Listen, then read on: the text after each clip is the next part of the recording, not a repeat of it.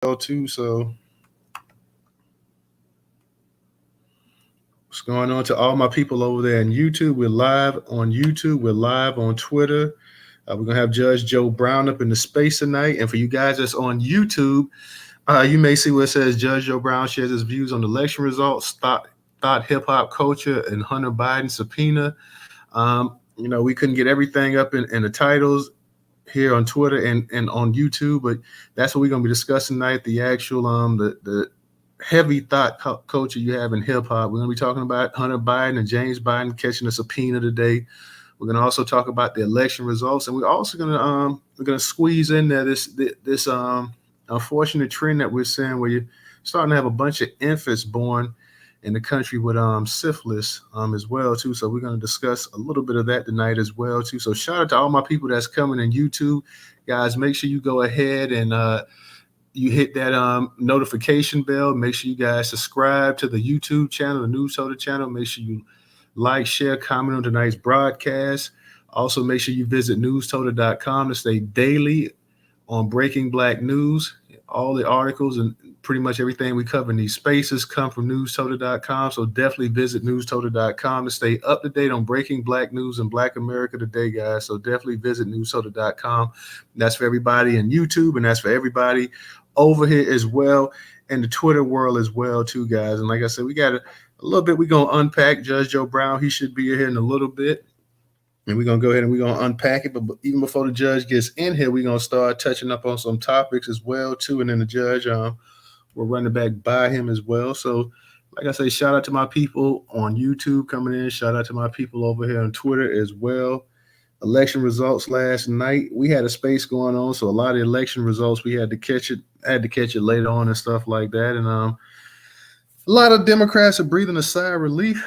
They feel like, hey, a lot of these polls that was going on, because matter of fact, we was talking about the 2024 election yesterday and about the polls and how they project black voters swinging and possibly voting for Donald Trump over Joe Biden. But today it seems like a lot of Democrats feel like, hey, they got to stay a relief, that things aren't as bad as a lot of these polls are actually saying. Abortion was definitely the actual topic on a lot of these ballots yesterday. A lot of people, of course, you have this battleground with abortion. It seems like no matter what, you put abortion on, there's always a hot topic button issue. Pennsylvania and a number of states as well, too. Virginia, Ohio, Kentucky. You had a bunch of elections going on. So, Democrats held it down for the better part. They got the better of it in some of these areas as well too. So people think all of a sudden that changes how the presidential election is going to look next year, when actuality it really has nothing whatsoever to do with the presidential election as well too. Let me give a shout out to Minister Ali. I see you up in here, Alyssa. Let me give a shout out to all you guys up in here real quick. As we're waiting on Judge Joe Brown to get up in the space, I'm going to go ahead and touch up on a couple quick articles, kind of get the conversation flowing. I wanted to talk real quick about veteran rapper Nikki D. She made a statement last week about hip hop, and she called it the prostitution era, and it caught a lot of attention online. This is from Rock the Bells. It's up in the Jumbotron as well too. It says Nikki D, the female genre, says the female genre hip hop today is the prostitution era. Hip hop veteran Nikki D recently sparked a lot of conversation when she commented on Ice Spice performance at Power 105's Powerhouse concert this past weekend. Ice Spice was wearing a very short red Betty Boop costume and seemed uncomfortable as she kept pulling it down when it exposed her backside as she performed. Nikki posted a clip of the performance and captured it with the thoughts of the state of the women in hip hop these days, as Hip Hop Wire points out. Oh, come the F on. You mean to tell me this is true talent? The female genre hip hop today is a prostitution era. Fight me. Nikki, who was the first female rap artist signed to Def Jam in 1989, captioned the clip. Notice the only two times the crowd reacts to on the familiar munch line, and when she turns around to show her behind. She's one of the top female rappers out at this moment. Where's her show production rehearsal? And for God's sakes, please stop singing over those studio vocals. It's not a live show at this point. Nikki then said Ice Spice management should call her This girl's got 5 minutes left, and y'all gonna blow it. Her comment sparked a significant discussion, especially since just one subgenre seems to represent women in rap as of late. Nikki followed up the post with another citing Hip Hop DX coverage of the comments. To be clear, I'm addressing the business on a whole. This Ice Spice performance caught my attention, she said. That too elicited a lot of responses, including from the Lady of Rage, who posted a meme of Jack Nicholson and a few good men shouting, "You can't handle the truth." Yeah. I don't know if y'all saw it. They kept showing everybody had that clip on Twitter. Every time your girl was performing, she had a little Betty Boop do and whatnot. And I don't even know what the point of having the skirt on, because everything was pretty much already showing. I don't know why she kept pulling it down, because I mean, it's not like you couldn't see exactly what was underneath the skirt. And I just saw the other day, what's your girl name? Sexy Red. She was at a concert. Now this lady's supposed to be pregnant. She was on stage, looked like she was wearing a red thong, sitting up, twerking on stage, doing a split. And I'm just like, yeah, okay. They're gonna constantly keep parading this girl out here. They're gonna every time she says something crazy, they constantly putting her right in front of the camera. If it ain't Ice Spice, it's Sexy Red, it's some of these other chicks. I can't really. I'm trying to think of their names or whatever, but yeah, this is thought culture at its finest right here. This is the embodiment of thought culture. No kind of bars being delivered, no precision in the songs or whatsoever. It's the same tired music all the time. And truly, people are not even coming to hear the music. They're coming to see what these women are wearing, how short, how revealing it's going to be, and how ratchet can it get. That's exactly all that they're pretty much coming to these concerts for. It's not because of their lyrical skill. It's not because they're able to hold their own with their male counterparts in terms of their lyricism. It's none of that. It's just pretty much how revealing the outfit's going to be, how wild it's going to be. Just last week, the Sexy Red chick, or a couple weeks ago, was talking about a woman's working hard if her vagina stinks and all kind of just the dumbest things that you can think of. They pretty much come out here and say it. And as soon as they say it, they blast it all over social media, put up and everything like that. So the real lyricism in terms of females, the Latifahs, the MC Lights, say what you want to about Kim and Foxy Brown, and they wore revealing stuff. And, they did, they had the I guess you could say they had some people say soft porn or whatever. This ain't soft porn right here. This is just straight up. This is just straight up showing everything that you got. So I don't really see any skill set whatsoever being displayed. Nikki D was right to say it. Of course, that she said that it's the prostitution era. I'm sure that pissed off a lot of rappers today, a lot of female rappers. And let's be for real, it ain't just the females. Even though I put them up in the actual title of the podcast / space, whatever, it ain't just the female rappers. The dudes been sounding the exact same too. I mean, they mumble mouth, they lack skills. So it's pretty much the same. I mean, you can't really just point all the fingers at the women, but at the same token, my Lord, we got a pregnant woman sitting up here, and every time, either she's holding a wad of cash or she's wearing something, she's supposed to be pregnant, showing her pregnant belly. Now she's sitting up here doing splits on the stage, wearing a thong. Yo, like I remember back in the day, like when you had Bobby Brown performing and stuff, and he was, Bobby was doing some gyrations on stage with girls and stuff like that, they was arresting him. Like when Bobby was up here grinding on women and stuff, they was arresting him. Yeah, these girls are coming straight into the actual concerts wearing thongs on. A thong showing everything. The other girl, like I say, I don't know, with the little Betty Boop, the little Halloween outfit she had or whatever. I don't even see the point of wearing an even outfit. And not another question: how in the hell are they getting endorsements this quick? I could swear that Ice Spice girl was on a commercial with what's the one married to Ben? What's the name? Ben Affleck, married to the J-Lo. She's on a commercial with him, and I'm like, didn't this girl just come out?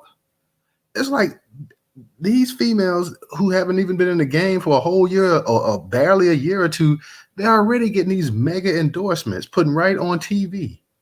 So it's just ridiculous. DJ, I sent you the co-host invite. I don't know if you've seen it. I don't know if you're up in the space or whatever. Guys, Judge Joe Brown will be here shortly. We just holding it down right now until the judge gets up in here. Let me read what my man R. Bailey, peace to R. Bailey, peace to my people over there. And YouTube, he says, R. Bailey says, and we wonder why black women catch so much hell a day. I don't know why our people don't understand that if one of us does something, we're all assumed to be the same. Unfortunately, R. Bailey, that's true. It's totally unfair. It's totally unfair because all white women that lose their mind, all of them not considered to be Britney Spears. Like Britney Spears can do pretty much whatever she wants to do, and it's not all white women are not getting blamed for that or her behavior, whatever. Unfortunately, we get stereotyped as a group, which is totally unfair. One black person does something, we're responsible. The millions of us are responsible for what that person did. So yeah, I totally, totally, totally agree with you on that. I just like I said, I don't see this thought culture going anywhere anytime soon. It's big money. I, I don't see the skills. I don't see any kind of lyricism. I don't see any skills. I don't see any bars. I don't see any great hooks.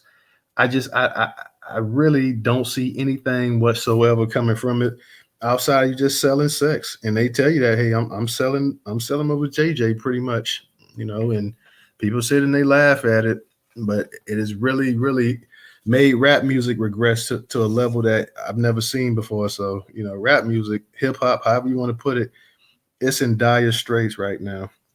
I'm gonna touch up on the Hunter Biden, James Biden subpoena as well too.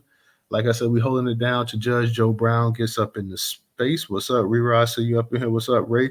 Ray, we waiting on your cousin to get up in here. So when he gets up in here, we'll let Judge Joe Brown will ask his opinions about everything. But he's not up in here right now, so we're gonna hold it down to Judge Joe Brown. Comes up in the space. This article I'm gonna touch up on, guys. This is from one of our curation partners, who the blackspear.net. Very, very, very. It's a black-owned site, but it's very conservative. Very Kevin Jackson. He owns it. It's a major conservative site, but we do curate from different types of sites and stuff, and it is definitely pro-Republican, definitely conservative, ultra conservative. It says breaking Hunter and James Biden subpoenaed. As CNN reported, what Representative James Comer hinted at was coming has arrived. The House Oversight Committee subpoenaed Hunter and James Biden, President Joe Biden's son and brother. The panel announced Wednesday, setting up a highly anticipated showdown as House Republicans continue to search for whether the president committed an impeachable offense in connection to his family's foreign business dealings, a high bar they have yet to meet. While we really need to get to the kingpin, the House Republicans know that getting the underlings will eventually lead to the big guy. But as an assurance policy, Republicans added other names to the list. The article continues. The Republican-led panel also said it subpoenaed business associate of the Biden family, Rob Walker, and requested voluntary interviews with a list of individuals, including Sarah Biden, James Biden's wife, Haley Biden, the widow of President's oldest son, Beau Biden, who Hunter Biden was romantically involved with, and Tony Bobolinsky, another business associate of the president's son. The Bidens may have their story straight, but Rob Walker and Tony Bobolinsky may offer different perceptions on things. Certainly, Bobolinsky will, given that Hunter Biden asked the Department of Justice to target Bobolinsky. As I mentioned, Comer hinted on multiple media outlets that the subpoenas were forthcoming. Generally, the misinformation team of the left would run interference for the Bidens. They would accuse Republicans of a witch hunt or offer some nonsensical explanation. However, this time I don't anticipate Democrats coming to the aid of the Bidens. The gauntlet of protection no longer covers the Biden family. The only curiosity that remains for me is how the Democrats keep the Biden stench off of them. Like I say, guys, this is a very pro-Republican article and site as well, the blackspear.net. The direct subpoenas of the Biden family members surprised many. A lot of Americans believe this should have occurred a long time ago, and the testimony gathered will lead to the ultimate impeachment of Joe Biden. In the short defense, the White House released a memo going, the Republican teams claims that the Republicans are subpoenaing members of the Biden family to satisfy the red meat Republicans. White House spokesman Ian Sams wrote, with just over a week to go until the House Republicans may again thrust the country into a harmful, chaotic government shutdown. The most extreme voices in their party, like James Comer, are trying to distract from the repeated failures to govern instead of using the power of Congress to pursue a partisan political smear campaign against the president and his family. Extreme House Republicans should do their job. If America still exists, the Bidens will embarrass their family name and the Democrats who all helped them. Frankly, I can't wait for a couple of things. First, watching the transition by the media and other leftist minions backtracking on their support of the Bidens. That crow eating fiasco should not be missed. Second, I anxiously await watching how crackhead Hunter handles questions by Congress. As Coleman said, we now have actual evidence in the form of bank records. Think Hunter Biden can answer questions about 20 LLCs with multiple bank accounts? I feel confident in saying that Hunter will fold under pressure. I'd be willing to bet the Democrats have already explained how things will work in the relationship going forward, and it's not good news. Shout out to my man. Shout out to you, Brother Moku. I see you over there on YouTube. Shout out to Nightfall as well, too, guys. Shout out to all you guys coming up in the space. Y'all go ahead and tweet the space out. We holding it down to the Honorable Judge Joe Brown comes up in here, so we're holding it down. DJ, what's going on? How is the actual audio? You straight? Yo, Newstoter, mic check 1 2 1 2. Just riding around. What's good, family? How y'all feeling tonight? Chilling. We just holding it down to Judge Joe Brown actually comes up in the space. We're just holding it down to the judge comes up in the space, touching up on a few articles real quick. That's going to be part of the conversation tonight.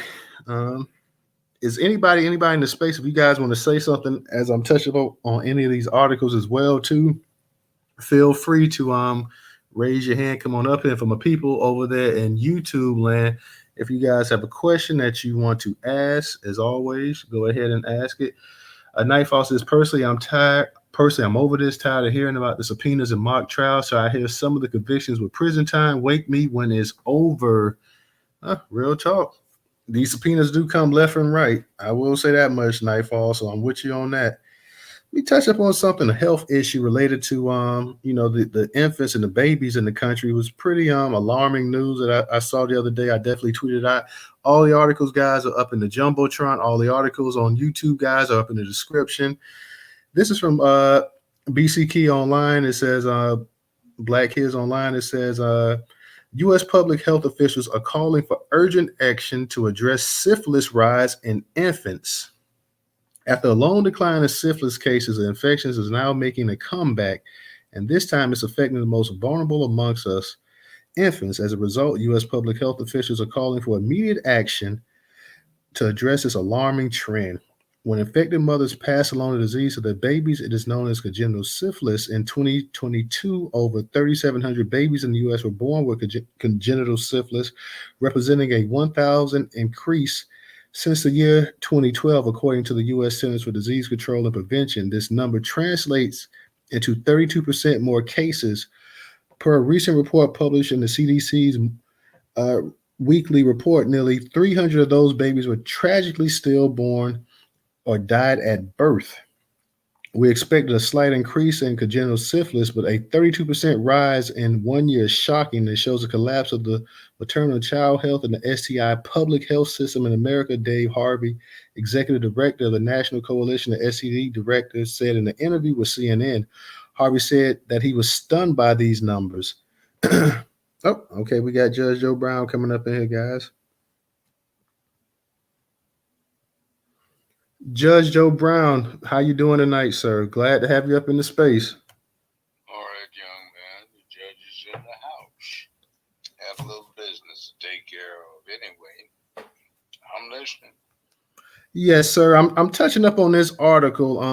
And this is and I touched up on a couple of them that you got in here, and I'll go back to them. But this one article I'm touching up on, Judge, right now is a major health concern that we have with these infants going on. A number of them have been born and they're coming into the world with syphilis. It's been pretty alarming. I'm going to go ahead and I'm going to start back reading this article. I don't know if you heard it all, but I'm going to just touch up on it real quick. It says, after a long decline in syphilis cases, the infections is now making a comeback. And this time it's affecting the most vulnerable amongst us, infants. As a result, U.S. public health officials are calling for immediate action to address this alarming trend. When affected mothers pass along the disease to their babies, it is known as congenital syphilis. In 2022, over 3,700 babies in the U.S. were born with congenital syphilis, representing a 1,000% increase since the year 2012, According to the U.S. Centers for Disease Control Prevention, this number translates into 32% more cases per a recent report published by the CDC's uh, Mortality Weekly report. Nearly 300 of those babies were tragically stillborn or dead at birth. We expected perhaps a slight increase in congenital syphilis, but a 32% rise in 1 year is shocking, and it shows a collapse of maternal and child's health and SCI public health system in America. Dave Harvey, executive director of the National Coalition of SED Directors, said in an interview with CNN. Harvey said that he was stunned by these numbers. In a media briefing, Dr. Laura Bachman, the chief medical officer in the CDC's Division of SED Prevention, stated that the latest figures are the highest recorded numbers in the U.S. over 30 years. Despite warnings and calls to action, the congenital syphilis crisis in the United States has skyrocketed at a heartbreaking rate, said Dr. Deborah Horry, the CDC's chief medical officer, said in a news release. If left untreated, and the infant survives, congenital syphilis can cause severe damage to the child's bones and organs, as well as impair their vision and hearing. In addition, congenital syphilis can lead to long-term health conditions, health problems. So just just what can be done to prevent those who cannot protect themselves from this disease? Well, testing and treatment are keys to more likely than not curing an infected expected mother, thereby sparing her child. Per CNN, the administration of a single course of penicillin at least once a month prior to delivery, infected mothers can almost always avoid transmitting the bacteria to their infants. Over half the people who are identified as having syphilis did not get the treatment they needed, said Dr. Robert McDonald, uh, epidemiologist at the CDC and lead author of the new report that sheds light on this new infant threat. McDonald continued telling CNN that he believes that they will continue to see syphilis and congenital syphilis cases rise even higher. I think we continue to see cases of congenital syphilis increasing because we continue to see cases of syphilis among women going up. And I think that's why specifically now we're calling for better screening of women and sexually active people for syphilis. In terms of race, significant disparities were found regarding congenital syphilis. The research found that infants born to Black, Hispanic, and American Indian, Alaska Native mothers were 8 times more likely to have congenital syphilis compared to those born to white mothers. So yeah, pretty sad news. Pretty sad news. I thought, I mean, I didn't, I knew syphilis was still out here like that. Yeah, it is. So whose fault is Well, Judge, I mean, I guess like they said, it takes two to tango. So I guess it would be the mother and the father. You know, that's of course the mother. that? But the mothers are the ones that are pregnant. They don't go try to get prenatal care. Yeah, you're supposed to get screened and everything else like that and tested. So I why thought, don't they? yeah, I thought automatically when you were pregnant, they automatically tested you for STDs and all that too. Well, that you have to ask.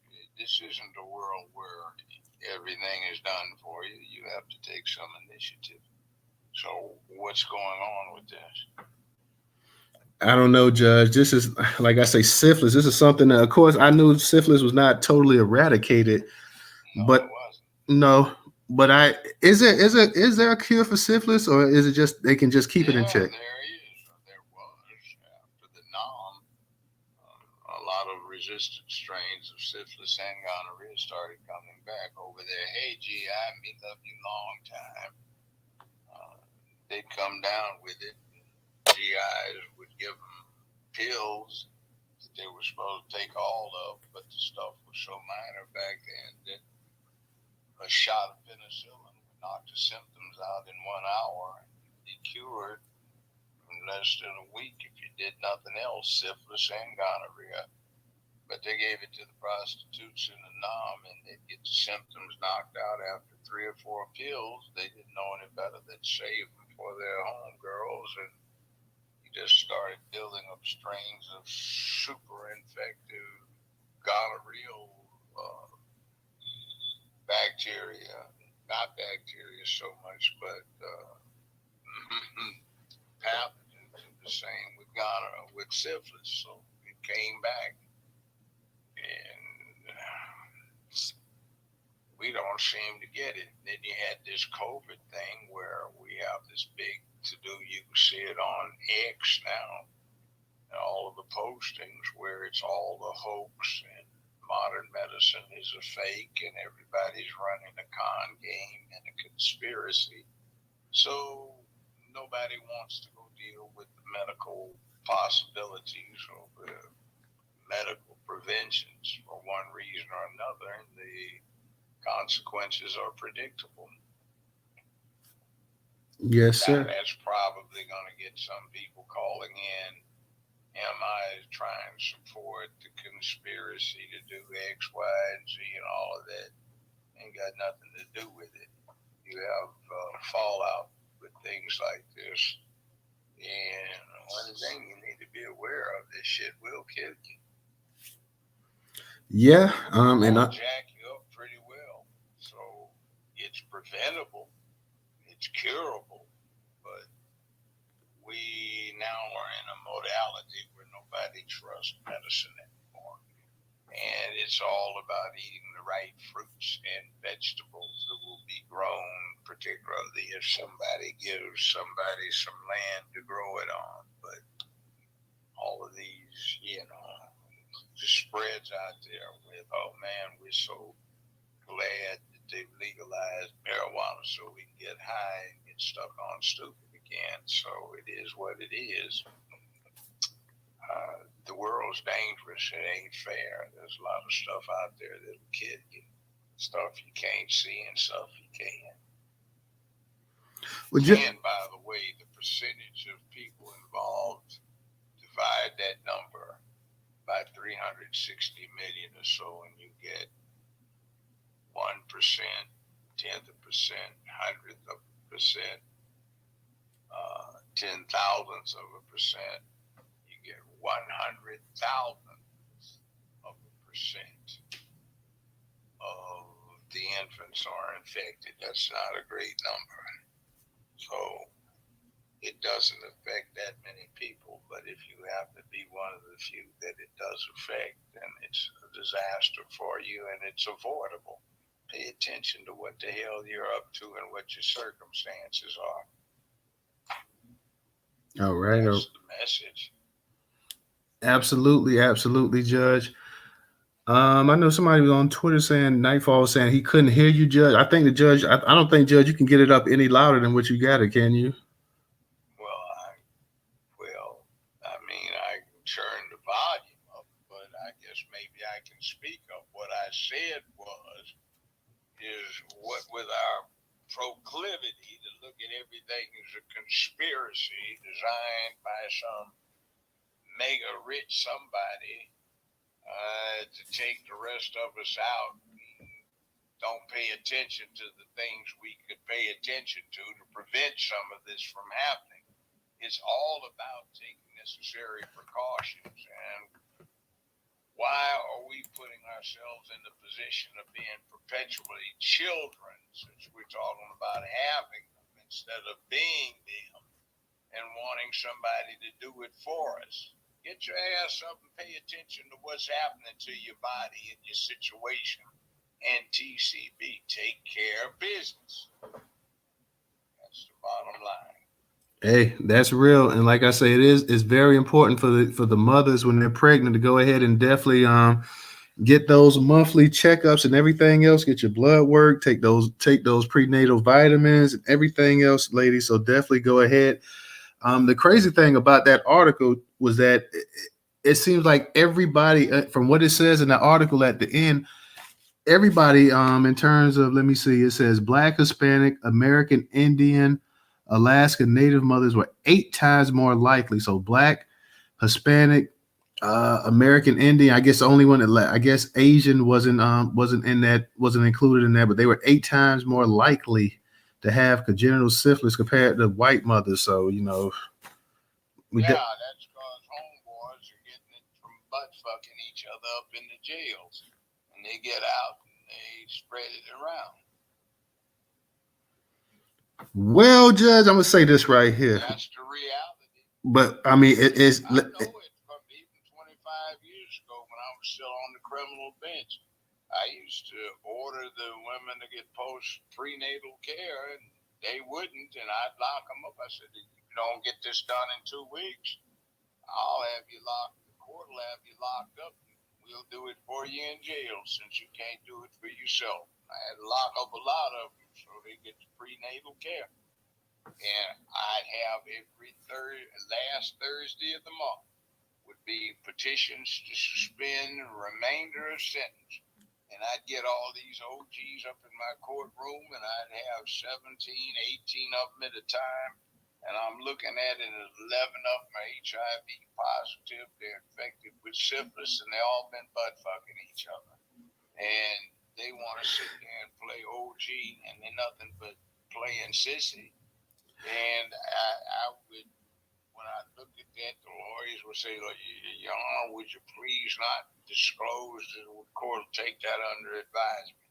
So I'd hear all of them before I ruled on any of them. And I'd have these women that said they just couldn't wait to be back with them. I'd bring them up to the wall, and I'd say, no. And I had already memorized the names, and I'd call them out and say, you say you want to get back with these young men when they get out of jail, is that right? Yes, sir, so and so and so. Well, the court has to tell you that each of them has been dealing with each other homosexually, and they're HIV positive. And if you get out and you set up normalized relations, you will be infecting yourself. This was back in the 90s. There was no treatment for it. And I just say, you condemning yourself to death. Oh, hell no. You know, that's the way it worked. So that was a reality. And as a matter of fact, I had a study done down in our jail, and it showed that if somebody was in there 4 months or more, there was a 30-some% probability. If they stayed in there for 9 to 14 months, there was over a 90% probability that they would have engaged in a voluntary or involuntary homosexual contact on multiple occasions. So yeah, homeboys playing OG, playing fag. Hey, Judge, real quick, because I'm gonna get to one of the speakers in here too, but just because we streaming it on YouTube, we don't want to hit the F in that the. Oh, I'm sorry. Like, yeah. By the way, when are we gonna take those son of a bitches on and get a legal action against them for suppression of civil rights? Well, I'm talking about the butt effing thing. Really, that's what I was talking about. I know, I understand, but I'm going something else. They push full frontal, full on pornography, full visuals, but you can't express concepts and ideas if they're supposed to offend somebody or make somebody feel uncomfortable. But the bottom line is that's not First Amendment. Somebody needs to take on Facebook, Instagram,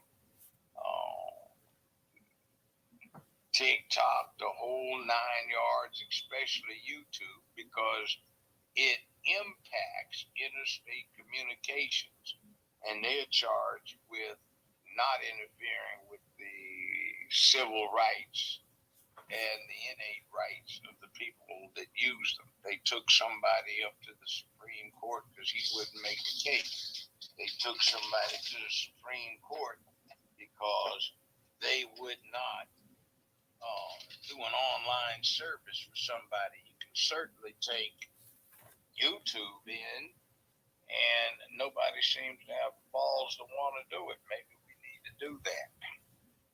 And by the way, all of these so-called, the few that are now known as the civil rights lawyers who've been settling cases for small amounts of money, considering what's done, maybe they need to put up and shut up and start taking some cases in and suing YouTube and stuff like that, and supporting people's rights or advancing people's rights instead of just getting cheap settlements because they've never tried a case to set a legitimate point or principle. The old guys used to do that back when, and that's why we have the rights we have now. But nowadays, we think somebody's a great civil rights lawyer because they've settled some cases and haven't made one damn legal point. So maybe they need, since they've gotten all this money in their bank accounts from settling cases on the cheap, maybe they need to give back and start doing stuff like suing YouTube, Instagram, Facebook, etc. Real talk, Judge. Real talk. Freedman, go I ahead. know I did it free. I took a case back when with no charge, pro bono, because it was the right thing to do. I'm waiting for somebody to do it now. Waiting for somebody to do it now, and I don't see it. Judge, I definitely agree with you. One thing I will say, and I'm going to get to the hands Freedman. I'm going to get to you in a second. Right after this, I want to say this that, and we know about the situations that go on jail with the like you were saying the gay sex and everything else behind the bars and stuff that you have brothers, but at the same time you have a lot of white dudes engaging in these activities as well too behind. The whole bunch of it, they're emasculating the country. Nobody's mad about it. Maybe the whole country wants to be a bunch of sisters. I don't know, but that's what you're looking at. It's exactly what you're looking at. Man the hell up. All right. Let me go ahead, Freeman. I'm gonna go ahead and get to you. Make sure you don't have it your headset on, Freeman, when you speak, so we can hear you loud and clear. But go ahead and unmute your mic. I never wear a headset. I guess it's just my phone. But peace to you, Newstoter. Salute. Great space. You are the host with the most. And of course, white people institutions are racist. Homie DJ and Judge Joe Brown. The space. Salute to everybody in the space. So I joined in a little late, but slut hip hop culture. Yeah. You know, we can't get it all up in the and I wanted to ask the judge about that, how he felt about it. You had you having some of these women that's pregnant, that's on stage wearing thongs, that's doing splits and twerking. You got them sitting up here taking their clothes off, coochie popping everywhere you turn around and whatnot. So, I'm guessing that has to do with one of the clips that I seen from Sister Nikki with Sexy Red shaking her ass or something like that. Yeah. She's pregnant or something like that. She's pregnant. She's pregnant. Then you had the other rap girl, Ice Spice, wearing the Betty Boop outfit where her whole behind was sticking out, and she kept pulling her skirt up, pulling it down to try to cover it up. It just from what other female rappers are saying too, they just feel like it's just a prostitution era. So right, it is, and sadly that is the dominant culture and genre that is in our society today. They're highlighting the degeneracy of our people instead of highlighting I'll just say the not degenerate part of our culture, because that's not the origins of hip hop, and that's not what I would want to be a representation of our collective. Originally, hip hop it never started out like that. It was about peace, unity, consciousness, and things like that. But yeah, election night, I'm not familiar with that one. But when it comes to the syphilis thing, this is kind of crazy. And I think Judge posed a good question to be at fault for that. I would have to put that on the women because they're the only ones who actually give birth. And I think that there could be measures, first off, to take before you get with a man, at least protect yourself. They do control the access to sex. And if they do get caught up and get syphilis, I'm guessing, they getting these checkups, they can get the cure. It's curable, it's preventable, and everything else Judge Joe Brown said. But on top of that, I want all the smoke with the LGBT agenda. I agree. I don't even think there's any true civil rights lawyers available today. And I think that's a big part of the reason why the LGBT agenda is just going strong right now. No one is willing to stand up to them pro bono or paid. They have taken over and infiltrated a lot of the institutions and everything. That they are in the positions and power of authority right now, and they have a lot of influence, and people are scared of them. And it's sad because they are conditioning and grooming a lot of the children. They're even conditioning and grooming adults today, and it's disgusting to me. It's disgusting. disgusting to me. If there were some civil rights lawyers who would be willing to challenge this reform status quo that they're trying to maintain, then I would love to hear about them and know and possibly work with them, because I don't want my society or our society to be a bunch of degenerates and people who want us to use all these pronouns, and I have to acknowledge them as something that they're biologically not. Absolutely not. If you're a nigga with a wig, you're a nigga with a wig. I don't have to call you a woman. You're a man, you get testicular cancer, and that's it. And vice versa. But that's my position, so I'll land right there. All right, appreciate that. And Judge, and that's one thing I did want to talk to you about. Just get your opinion on it, because I know you're from an era where you've seen women get up there and conduct themselves, with great integrity and class, with grace and everything else. And now we're seeing an era of women sitting up here, and I came up and I saw Whitney Houston get on stage. Forget her personal problems she may have. When Whitney was on stage, she gave it her all and stuff like that. Diana Ross, we caught some of the greatest female entertainers and singers of all time. Now we have a generation that's seeing a bunch of women getting up here, and like I said, you got a woman that's pregnant, that's sitting up here doing splits on stage, that's popping it.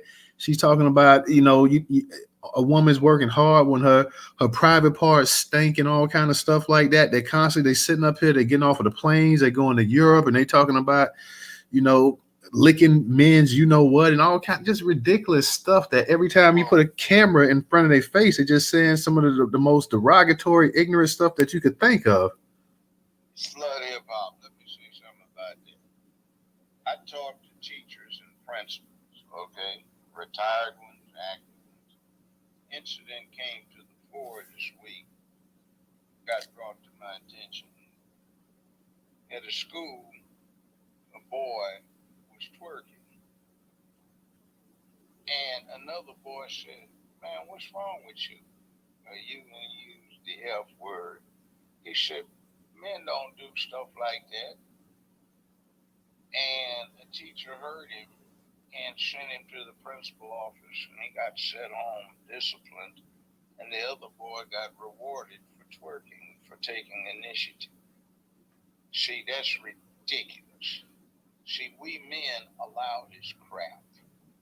We let this slut behavior defame, debase, and abuse the women that we supposedly love. Our mothers, hopefully, but a lot of us secretly hate our mamas because the mamas really tried to mess us up.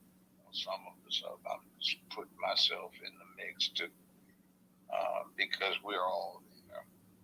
They mess with our daughters, our girlfriends, our wives, our secretaries, our nieces, our cousins, you name it, grandchildren, and we don't say anything about it. And there's a difference between being sexually undressed and looking very sensuous and looking like a slut, a hoe, a prostitute. And what is this feature we have, the series P Valley, Pussy Valley? I used to years ago represent women from actually down in that area. And that is real. You get some of these boys that ran the place, they like to go down on the customers too. And it was really sick and sordid, but it was nothing to aspire to. It was something to get the hell out of.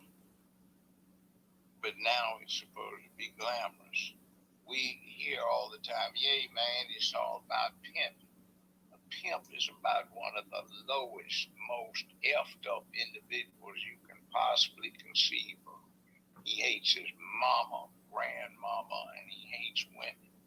And it used to be he'd get something stuck up his behind anytime he got in the penitentiary, because that's all a pimp was worth. He's a low-class scum, piece of scum.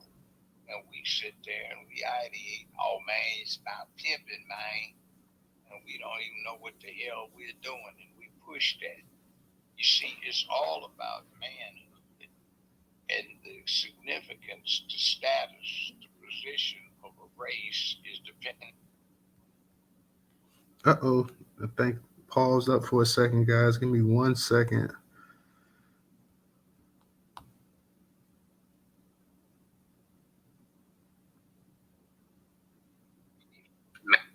Or a significant other, and you have a child, there's a 50-50 chance it may turn out to be a girl. So what winds up happening is you effectively slut out your whole race, your whole ethnic group when you support that mess. So we need to stop saying it's cool. We need to stop supporting it. We have an enormous amount of economic clout we can bring to bear. We need to stop patronizing that mess. And we need to start saying, hey, that is not cool. No, man, that ain't cool, man. That's lame. The hell's the matter with you? Now, I love beautiful women. All right. Last wife was beautiful, movie star fine. First one was not bad. She was having Frida Payne, and I used to date for 8 years. Frida Payne was our Beyonce. So you just think about that. But they were sexy, but they didn't have to look like hoes.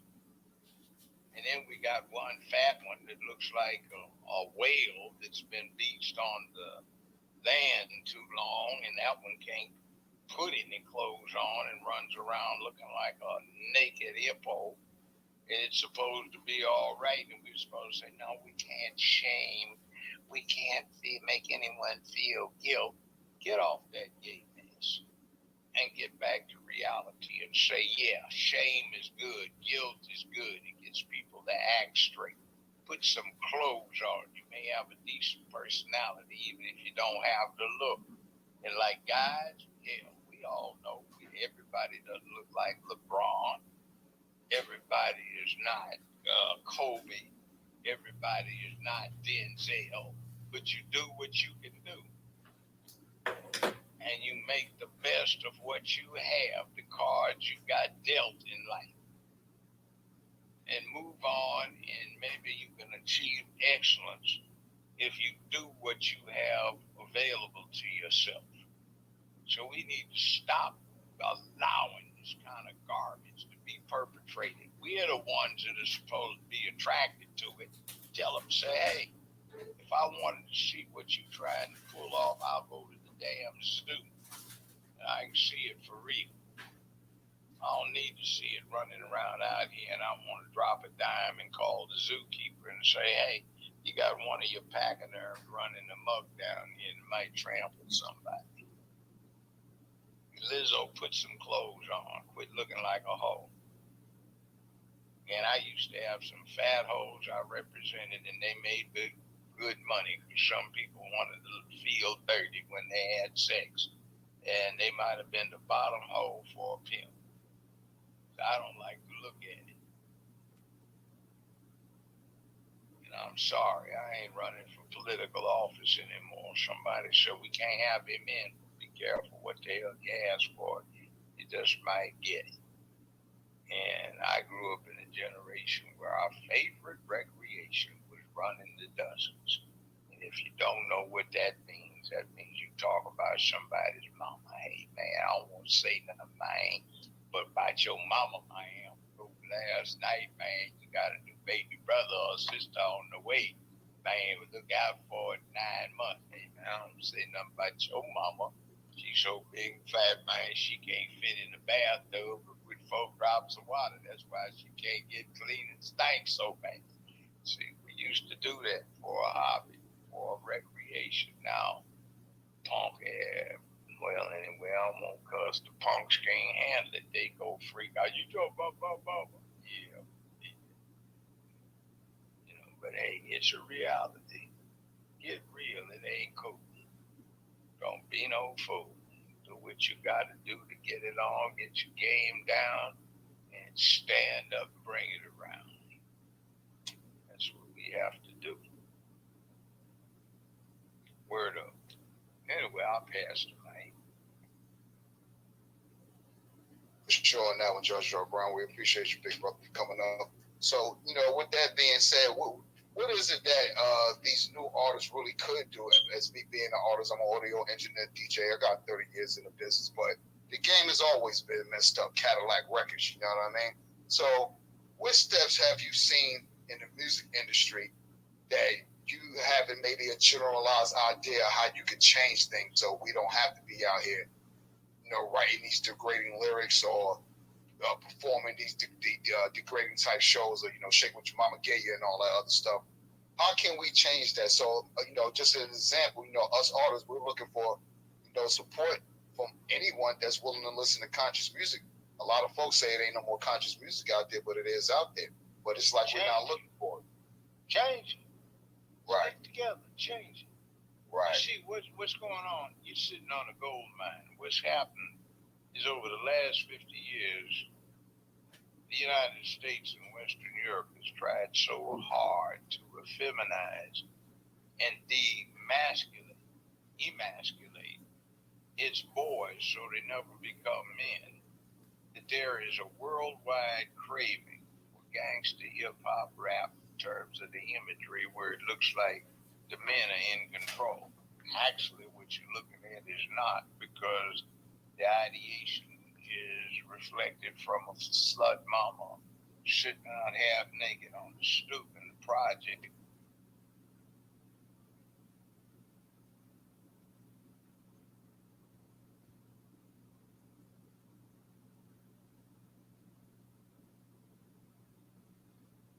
With 9 from his favorite 13-year-old aunt.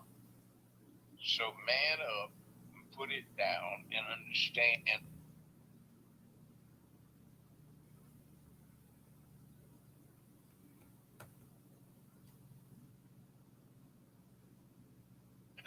they do that techno stuff or whatever the beat is. They jump up and down to a standard, something I guess they can only hear in their lame minds.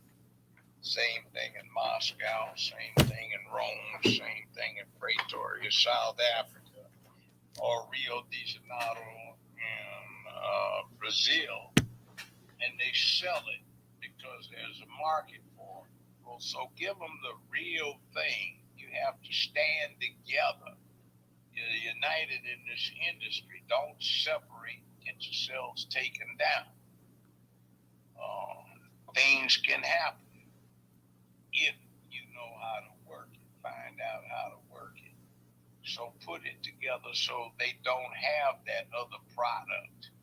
Stop trying to make street cred by being a gangster. It ain't right. And see, the real gangsters, they don't screw up the family. They don't screw up the womanhood. They protect the childhood and womanhood. They make their community safe for the people who live there. That's how they do what they do. They don't play cannibal and eat up where they live. So learn that and make some tracks that are okay instead of stuff that glorifies taking penitentiary trances and making your women trash. And get off the N-word. See, the real deal with that N-word, psychologists will tell you, you know what it means. And every time you say it trying to be friendly to yourself, you're dissing yourself, and your subconscious just sinks lower than it already was. So quit fooling yourself. You don't have to go along with it because you're getting paid to badmouth your own people and badmouth yourself. So quit using that N-word. It doesn't mean anything good. Do some things to think about what you're up to.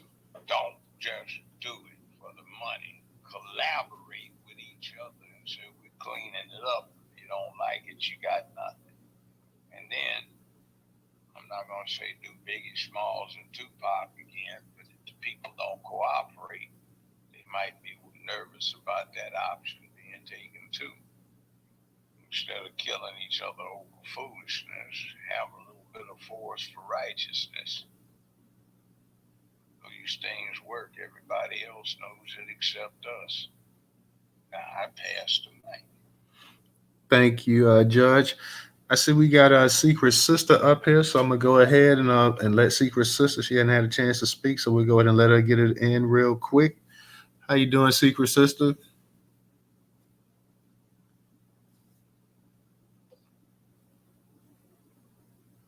You there, Secret Sister? Okay, I was trying to get away from the music. Hi, I just want to say hi. I miss everybody in here. I've been doing some things, but it was very interesting what you were saying, Judge. Being in our age group, I too am I'm very disgusted. Now everyone's asking about conscious music. Well, my husband and his little group with females and everybody, he's went around and he's gotten a few conscious people, and they are bringing the music, the rap and the singing back from where we remember. The slut thing, Judge, I have to say I agree. A lot of women hate me for it because I am a male. I hold my male up to the highest standards. I've been with my husband over 25 years and, married over 25 years, and that is my king. And if women would start to dress, and if the men, I'll say this, if the men would require their women, such as my husband, do me, but he never has to. When I leave this house, I represent my husband. When my daughter leaves to her house, she represents us. And at all times, I am a lady. And only until someone brings the bitch out of me, excuse the expression, I apologize for cursing. Until someone brings the bitch out of me, I am a lady at all times. I've never been a slut. I've never shown anything. I've left everybody room to guess, and that's what all women should do. Judge, me and you, I have been writing you, I wanted to do a room with you on the dichotomy of the family network, and speak on how the women should act and the men should act, because everybody's running around stating what they can't get, but they're not looking in the mirror at all this paste they put on their face. You're beautiful the moment you wake up. You don't need all that, okay? Our men are handsome. We have the best looking men, the best warriors ever, and I'll die by that. And I love our black men. I love our freedmen black men. And I don't understand this whole gay culture thing. I don't get it. And my pages have been taken down because I used the word that was from my generation. When I say the F word and the DIKE word and the FAG word, as you know, Judge, that was normal. You just spelled the whole word out, Secret Sister. I'm just saying, I don't want nobody to think I'm saying FUCK. That's why I did the FAG.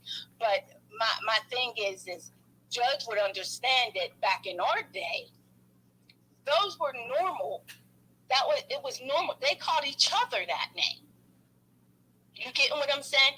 And now I have to tone down and come down to a level that's less than a woman or less than what reality is, because this is not reality. All of our men just cannot be just turning gay. Okay, that this is just not. It's very unattractive. And women, I ask you one thing. I'm going to say this and I'm going to land it right there. Please stop befriending and saying, girl, because I'm going to let you know what the gay people are doing. They're studying you. So you don't have to befriend them. Let them be them. And just maybe, they'll wake up. That's how I'll say it. And with that, I'll land. All right. Thank you, Secret Sister. You came in nice and loud and clear as well, too. So shout out to you on that. Shout out to you as always. Hey, I enjoyed it. Thank you. Thank you, lady. Thank you. Good. So, Judge, when you going to answer my DM? I've been DMing you. Well, you probably get 100 DMs a day. I got a whole bunch of them. I can't even get through them. But I tell you what you do. Go to Real Dana. She's been assisting and managing what's going on. Okay. I was trying to be nice and give this stuff away for free, but when I see people monetizing, I put my eyelashes on, and the left was a little out of line, and it bothered me all day and get 276,000 views. I said, "Oh hell no!" No, you should have been getting paid. I will. I thought you were. I did get paid. I got paid more than the President of the United States did per year. I got paid for every 4 hours I worked. So, yeah, I got paid. I didn't mind giving back. It is what it is. It's all relative. But see here, look, we have to stop this. And we've got to straighten it up. We have to say, hey, there's a thing called morality. There's a thing called ethics. There's a thing called pride. There's a thing called self-hate. So it's like, ladies, what's the matter with you? How are you going to be firm inside your own head and in terms of what you put in your children's heads if you conceive of yourself as a slut? Think about that. You know what a slut is. You know what a hoe is. So why are you trying to portray yourself as one? I mean, good gracious. What does that say about you? Get some self-respect. Feel some shame and embarrassment. Feel guilt. I mean, I know the preachers don't do that anymore. They talk about belief rather than sin. Judge, can I ask you, when was the last time? Can I ask you, when was the last time you actually seen a young woman make a course meal, a meal, not McDonald's? I mean, homemade meal, not out of a box, none of that. When the last time you seen that? My daughter does it because that's how she. I've seen it, but I kind of run from it. By the way, you said something interesting too. I've had a philosophy for 50-some years. It says, the true test of a woman's beauty is what she looks like 5 minutes after she gets up following a hard night.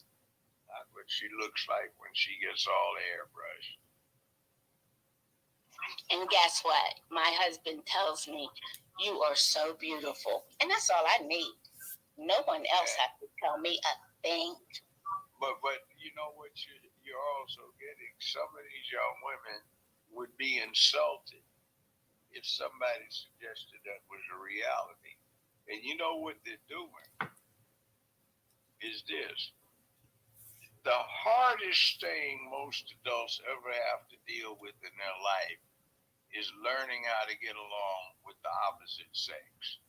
Now, if you tell somebody, hey, you can get your rocks off without having to learn that because it's okay with the buddies you've had since day one, the guys or girls, if you're a gal, get it off.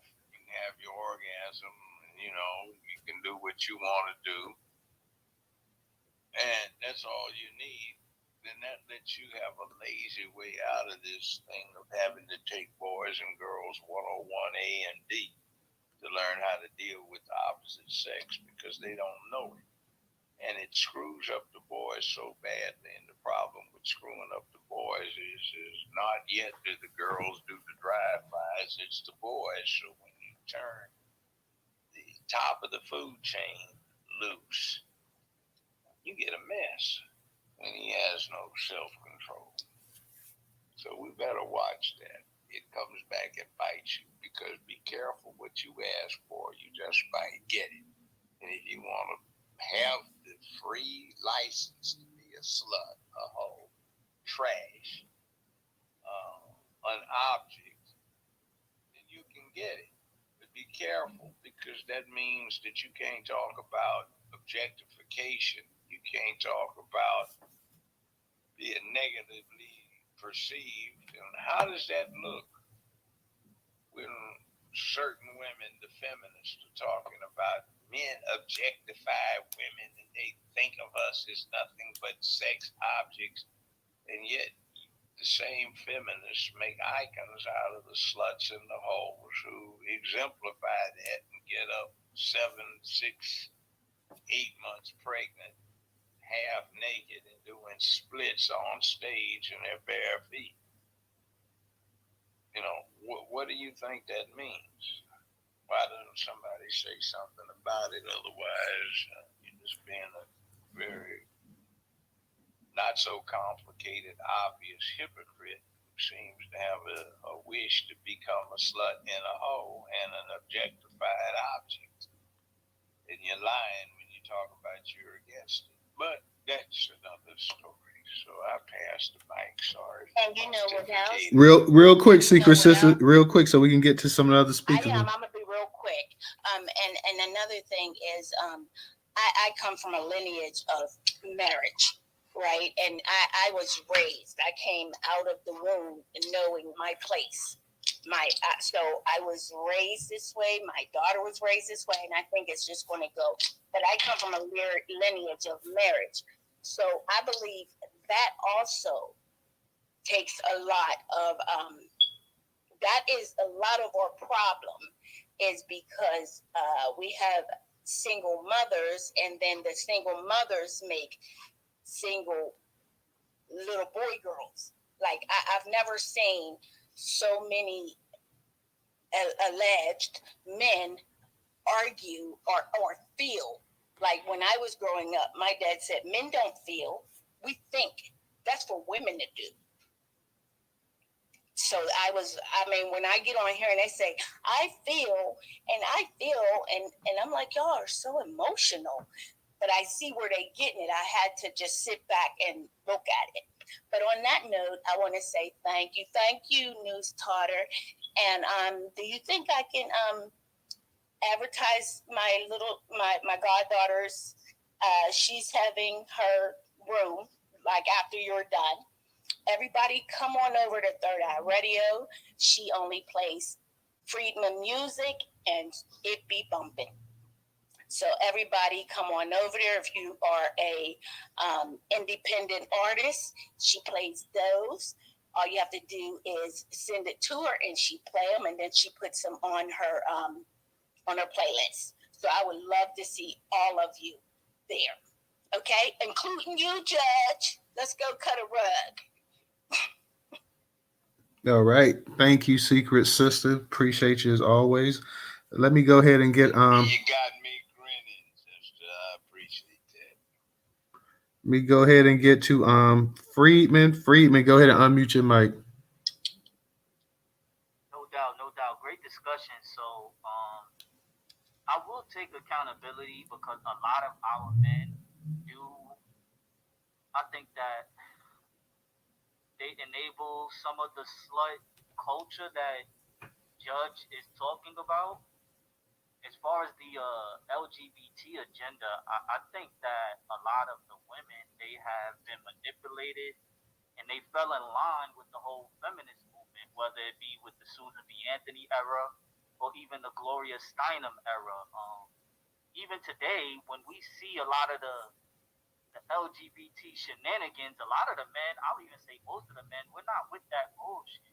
You see what I'm saying? But a lot of the women, we get a lot of pushback from the women, and it seems like a lot of times they try to shame us for not wanting to bend or fold for the LGBT agenda. So I don't know. I just see things differently when it comes to that. I think a lot of our women though also they confuse um, us sleeping with them with being associated with marriage. So I do have some pushback as far as what Judge is saying. They associate because a man will sleep with them. It usually means that they will marry them when that's not the case. A lot of times we don't have respect for sluts and whores and hussies and harlots. So it's a major difference. It's a major difference. Oh, it's life. Yeah, it's a major difference. I do agree also though we need to bring back shaming. Shaming, I think it stops a lot of bad behavior. Now, respectfully, Judge, during your era, there were the Millie Jacksons of the world. They did have the Temptations. Let's not lie, like the Jacksons and the Temptations. The ladies wasn't throwing the panties on the stage for them. You know what I mean? You know, so I think there was a different standard back then. There was a different standard back then than it is now. I think today it's a lot worse. But back then there was a little standard, and I would even say the women held the other women, or the sisterhood, womanhood, and the motherhood a lot more accountable in comparison to what's happening today. Today is just a whole entire free for all. So I do think shaming needs to be brought back. And I guess I could ask DJ this. DJ, do you think is it too late? I want the best. I want the best for us. Is it too late, or do we have to wait 100 years? Because I agree with the judge. I don't think we're mad enough, and maybe we need some type of boogeyman or some type of extra evil for us to get motivated to see how serious this issue is, so we can change it. Hey, I don't want to hog the space up. I'll tell you when it's my turn. All right. You did have your hand up after me, but I'm trying to get a dialogue because a lot of the things that Judge said, I agree. Some of the things I'll say this for short, just to move the space around. Okay. You gotta support. You gotta support that conscious artist that's your man next door. You know he got bars, but you don't show him no light. Support J. Cole. Right, but not where the J. Cole at next door on your block on Martin Luther King Boulevard. Support A lot him. of the people, J. Cole got his money. Around, they're not that good. They're not that good. Gotta go find them then. That's not true because there's always that needle in the haystack. That's not one of the things that I do though. But if you got some artists, that's your round. You know. Right, bro. Now hold on a second. Just real quick, just to move the space real quick. You up in the city, you can't say ain't nobody that got some fire up there. Come on, son. If Yeah, I'm over here in Jersey. You asked me to go look. I'm not saying right. That's what I'm asking you to do the work, correct? Because in order to know who fire. The ones that I'm around, they're not that good. That's not what I'm looking for. Okay, you might be in the Bronx. You might have to go to Brooklyn. You might have to go to Brooklyn to find that artist. Somebody who's nice. I know a couple. I give them their props. Right, but okay, props is one thing. Get online, subscribe to their websites, buy their CDs, so retweet their spaces, retweet their music. Social bombing. Get that SEO popping, search engine optimization. That's how the algorithm works, bro. It don't work if y'all don't engage it. Social is subjective too. It's all subjective too, because if I think that they're high, it doesn't mean that they are. But if I think that they're high, if I only sold 1 in 1 million, I think you should. Because if I only sold one, then out comes the hood. That's up to the people to decide, bro. Right. Jason told you. Right. I agree, but you told But if you're gonna promote it, how we gonna know if that record was hot or not? You don't hear nobody going around. Level. If I see someone who's nice, in my opinion, I think that they fire. I support them. Right, but look, hold on a second. Nobody says like, yo, you heard that new record from MC such and such. You don't hear that no more. Like, yo, you heard that new record Flex playing? Like, nobody care about that no more. If ain't nobody trying to keep that tradition alive of the record shop, where you used to go to the record shop, Sam Goody, Tower Records, all this other stuff, the Wiz, and go talk to the salesman at the store and say, hey, what's the new hot fire? Hey, I got this new Clue. I got this new Ron G. I got this new. You used to hit the block and go check the bootleg man at on the corner. He had all the fire. That was the record shop. You stop because streaming was the new ish. Yeah. Times have I'm changed. laying my mic right there. Yeah, let the judge get it in real quick. Let me make an observation. Most of you never had to go through the experience of the draft, being 1A or 2A. All right. Now, let's say you got a platoon and you 7 clicks out beyond the wire, and it's dangerous out there, and they got stuff slithering all over you, and you can't react to it because somebody that ain't slithering on that level might be over there waiting to see if you exclaim because you where the bugs are, and they'll shoot you. So you get back in camp, and you find out that in your platoon, which is now down to, let's just say, 34 people, and a lot of stuff has been going on with the hot and heavies, and somebody can sing. Now, it's nice listening to dudes sing, but do you think it's more important under your circumstances to sing or to be able to fight to keep the rest of you alive or unmutilated? I would suggest it's the latter. But you see, right now, we start making the singing as important as staying alive and in one piece, and we miss the point. Singing is a distraction. Rapping is a distraction. The music can be inspirational, but it too is a distraction. Evaluate and assess the people that are doing the entertainment stuff with what else they're doing that's real world relevant. If it ain't real world relevant, they ain't shit. I don't care how good they sound, they ain't shit. So the bottom line is day after tomorrow, what did they do for you and the people around them? What did they do to uphold their end? So it's great to be an entertainer, but what else are you doing that's relevant? Now, I would say that would cut through a lot if you start making that assessment before you determine who you support. What else is he doing in the real world? Instead of for the Jewish group that supports him and finances him so they can make money off of him, to give a little something to pacify the rest of the emasculated world. Okay? Now, pass the mic. I think we got to put them in lanes. Entertainers and entertainer, and all entertainers, or most of our entertainers, they don't have the freedom and consciousness of a Muhammad Ali. So we got to put them in a separate lane in comparison to someone who is a great entertainer like Ali and who's also conscious, and he was a fighter and he was for our people. I met Ali. My brother was his bodyguard for 7 years and confidant. The man had a magic about him. He had a presence. He'd keep you laughing for hours at a time, and people would be gathered around not just because he was a celebrity, because if he was a nobody, people would still gather around because of what he was, what he could do. He's a hell of a man. Big brother. Ooh, that was one big brother too. I ain't gonna lie to you. That man was big and quick. And Malcolm was even taller than him. I think Malcolm was like 6'4". Well, let me put it this way. Ali had this thing where he'd put his hands on top of yours and give you a ping pong ball or a rubber ball, and you drop the rubber ball, and he'd catch the ball before it got too far down to catch. Wow. Talking about quick, like, damn, man, you Superman, dude, man, just man.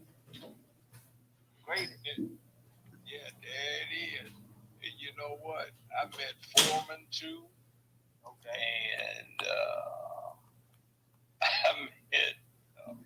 I met the whole bunch, Hitman Hearns. Okay. You know, and I'll tell you, sometimes they'll even say, "Hey, man," like they'll talk about, "I know I got the decision with that man Put jump on me. You know. And I know Sugar Ray he was Leonard, older you though know. when he fought. You know what I mean? He was older. Yeah. And I met Sugar Ray Leonard, you know, and all those folks. There's some good brothers, man. You know, they you just have no idea the depth some of these brothers have. And it was interesting dealing with them. I've never met Tyson or anything like that, but you know, I've been through where he grew up. Just like, hey man, you get out of there, you know, it's like, ooh-wee. I rocks with Tyson. Tyson was a real one too. He was a real one. Well, he is a real one. The greatest was Ali. Agreed. Ain't no arguing that. I used to watch him work out in the gym, boy. That man could get hard, hit fast. Oh yeah, he was the greatest. And Tyson will tell you that. Hey, real quick, because I know we got a couple hands up, Freeman. So let me go ahead and get it around the room. I know we got a governor up here and we got a Riz up here as well too. Anybody else that wants to speak tonight? Because we're gonna touch up on a couple other because Judge Joe, I'm gonna let Governor come up here, but I want to touch up on the actual what was your feeling of those election results yesterday as well too. So we're gonna touch up on that real quick as well too. I'm trying not to keep you in the space too long because I know you probably had a long day as well too, and I know you guys had a space last night as well too. Let me go ahead and real quick before I get to Governor, guys, make sure in the Jumbotron we got the YouTube channel up in there for anybody that's in the space and that has not subscribed to the YouTube channel. Definitely go ahead and subscribe to the YouTube channel. Definitely up in the Jumbotron we have the articles, and I meant to put it. I think we had a poll about the hip hop poll in there. I'm gonna go ahead and I'm gonna put that up in there as well too. So give me a second, and I'm gonna put that poll back up. I'm gonna put that poll back up in there so I can get you guys to actually vote on it. For those that can support us on Cash App, $Newstoter, $Newstoter. Newstoter is the largest Black-owned, Black American news media curation platform today in America. Once again, $Newstoter, Newstoter. For those that do not have Cash App, we have the Venmo and PayPal up in the Jumbotron. For those that's on YouTube, we have all of those in the actual description as well too. We got Judge Joe Brown in the house tonight, so definitely show some love and support Black-owned media. We got the judge up in the spot, so please, anybody that can donate $1 or $2 to the platform, that's greatly appreciated. But we got the legend Judge Joe Brown up in here. He's dropping knowledge, and you guys know Newstoter. We bring it every night, well, at least 3-4 nights a week. But we bring it every day with the actual news itself too. So make sure you guys visit newstoter.com also to stay up to date on breaking Black news. Everybody in the space that's a member or follower of Newstoter, you guys need to visit newstoter.com to stay up to date on breaking Black news. So once again, $Newstoter, $Newstoter. Let me go ahead and kick it to Governor. Governor, what's going on with you tonight? Oh man, I'm good, player. I think Mr. Bigman right here was before me, so I'm gonna let a rinse you go. Okay, I thought your hand was up before RZA. Nah, he was up here before me, man.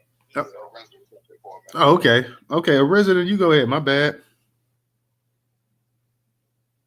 Good evening, everybody. Good evening, Judge. This is Lorenzo Thigpen Jr. From Anchorage, Alaska, by way of Tuskegee, Alabama. Judge, I spoke to you before on previous occasions, so thank you for being on the space tonight.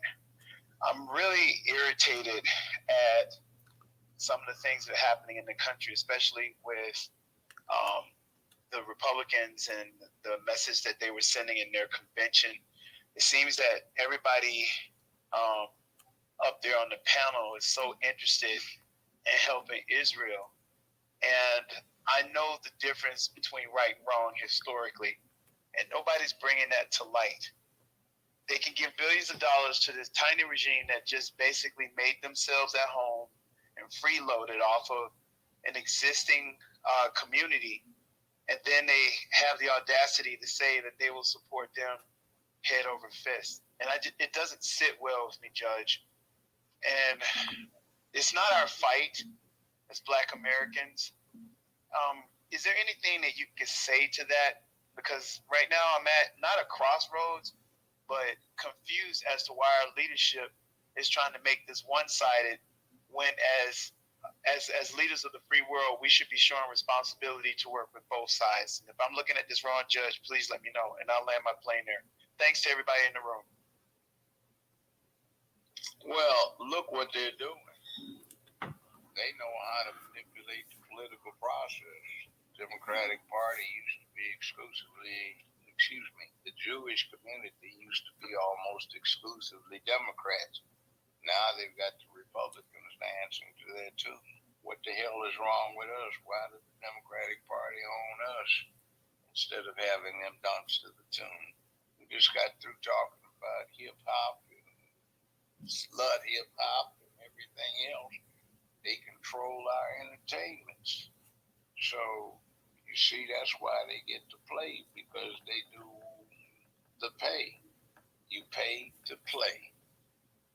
And they pay to play, and we don't know anything about it. We just provide the play material. So we're the Play-Doh, and they mold the dough. So they now own the Republican Party. They used to own the Democratic Party. Now the Democratic Party's turned on them. They said, bye-bye, you'll miss us.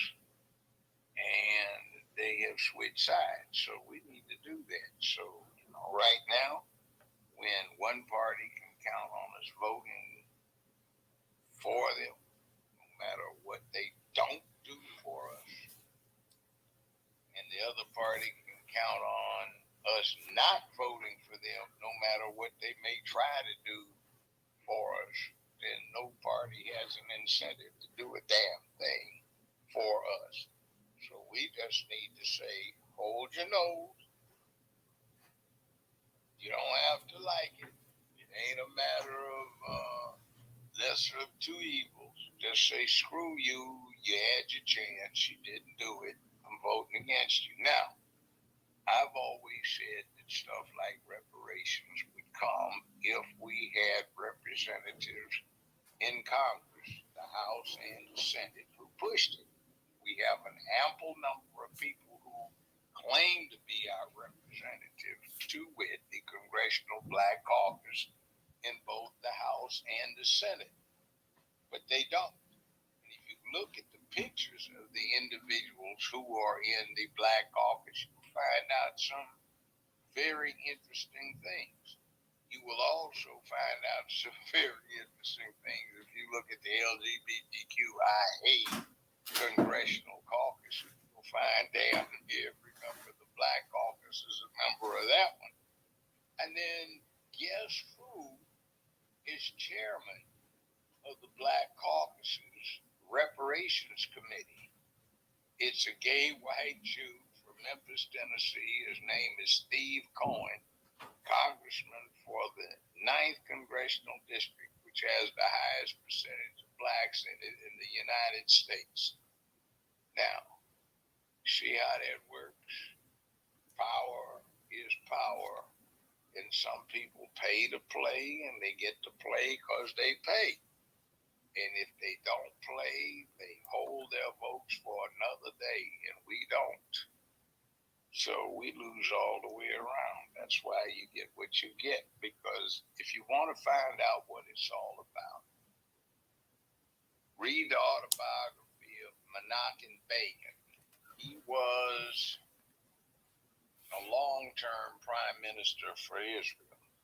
He was also a British commando in World War II. And in his book, he brags about the number of mosques, schools, and hospitals that he bombed or blew up, and the number of people he killed thereby, and also the ones he directly assassinated, and all of the ones he ordered to be assassinated.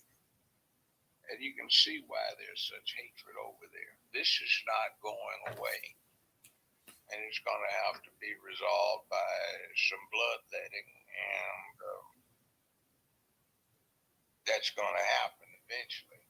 Now, the thing about it is Israel can't lose but once, and it's gone. everybody else can keep trying until they win or give up. So it's going to be an interesting thing if somebody doesn't get in and compel what's going to happen to be what ought to happen. We're not, because they've got a strong lobby here in the United States. It's got really very little to do with the strategic interest of the United States, because the most dangerous things facing the United States now consist of what's happening with Taiwan and the People's Republic of China, who will whip us bad if it gets to some shooting, because we don't have but literally 2 days worth of ammunition to fight back. And then the real dangerous one isn't even that, it's Serbia, and very few even heard of the place, but that's the most dangerous place on the planet right now, which is likely to get the hot and heavies going again in Europe and tie us into it as well. So we need to maybe drop a dime on the people that represent us. And when we do that, just say, vote for a Republican, independent, anybody but Democrat. Just let them squander and see what it feels like when they're well ran dry. Got it. Fried, tasting the oh my God. Well, I don't want to say that. They might put something in their mouth so they can wet it up. They tend to flow that way, but still. No slow-mo.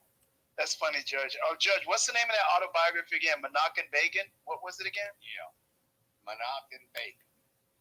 He was a long-term prime minister of Israel. He and Anwar Sadat, the president of Egypt, got a joint Nobel Peace Prize in 1978 for brokering peace between Egypt and Israel. They also got the Orlando Foundation Award. Matter of fact, I got the same award myself. I'll boast about it, for bringing about peace, and it is what it is. So, Menachem Begin, Prime Minister of Israel, read it.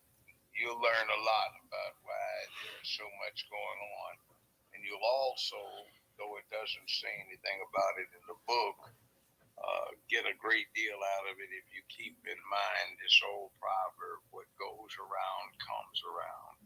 And be careful what you ask for, you just might get it. That's the second one. And the other one is sauce for the goose is sauce for the gander. Alrighty. Damn, Judge. Thank you.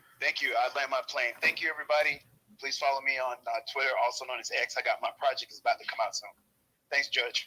All right, young man. All right. Thank you, Ariza. Let me go ahead and get to let me get the governor and judge. And after governor asks his question, I want to touch up real quick on the Hunter Biden and James Biden situation. I don't know if you heard about them being subpoenaed, and I want to get your thoughts on the actual election results from yesterday as well too. But go ahead, governor, real quick, and then we'll get to that. Yeah, you know when I come up here, you know what I'm saying, Newstoter, I keep it quick, short and sweet, straight to the point. Hey, what's up, everybody? Peace and space.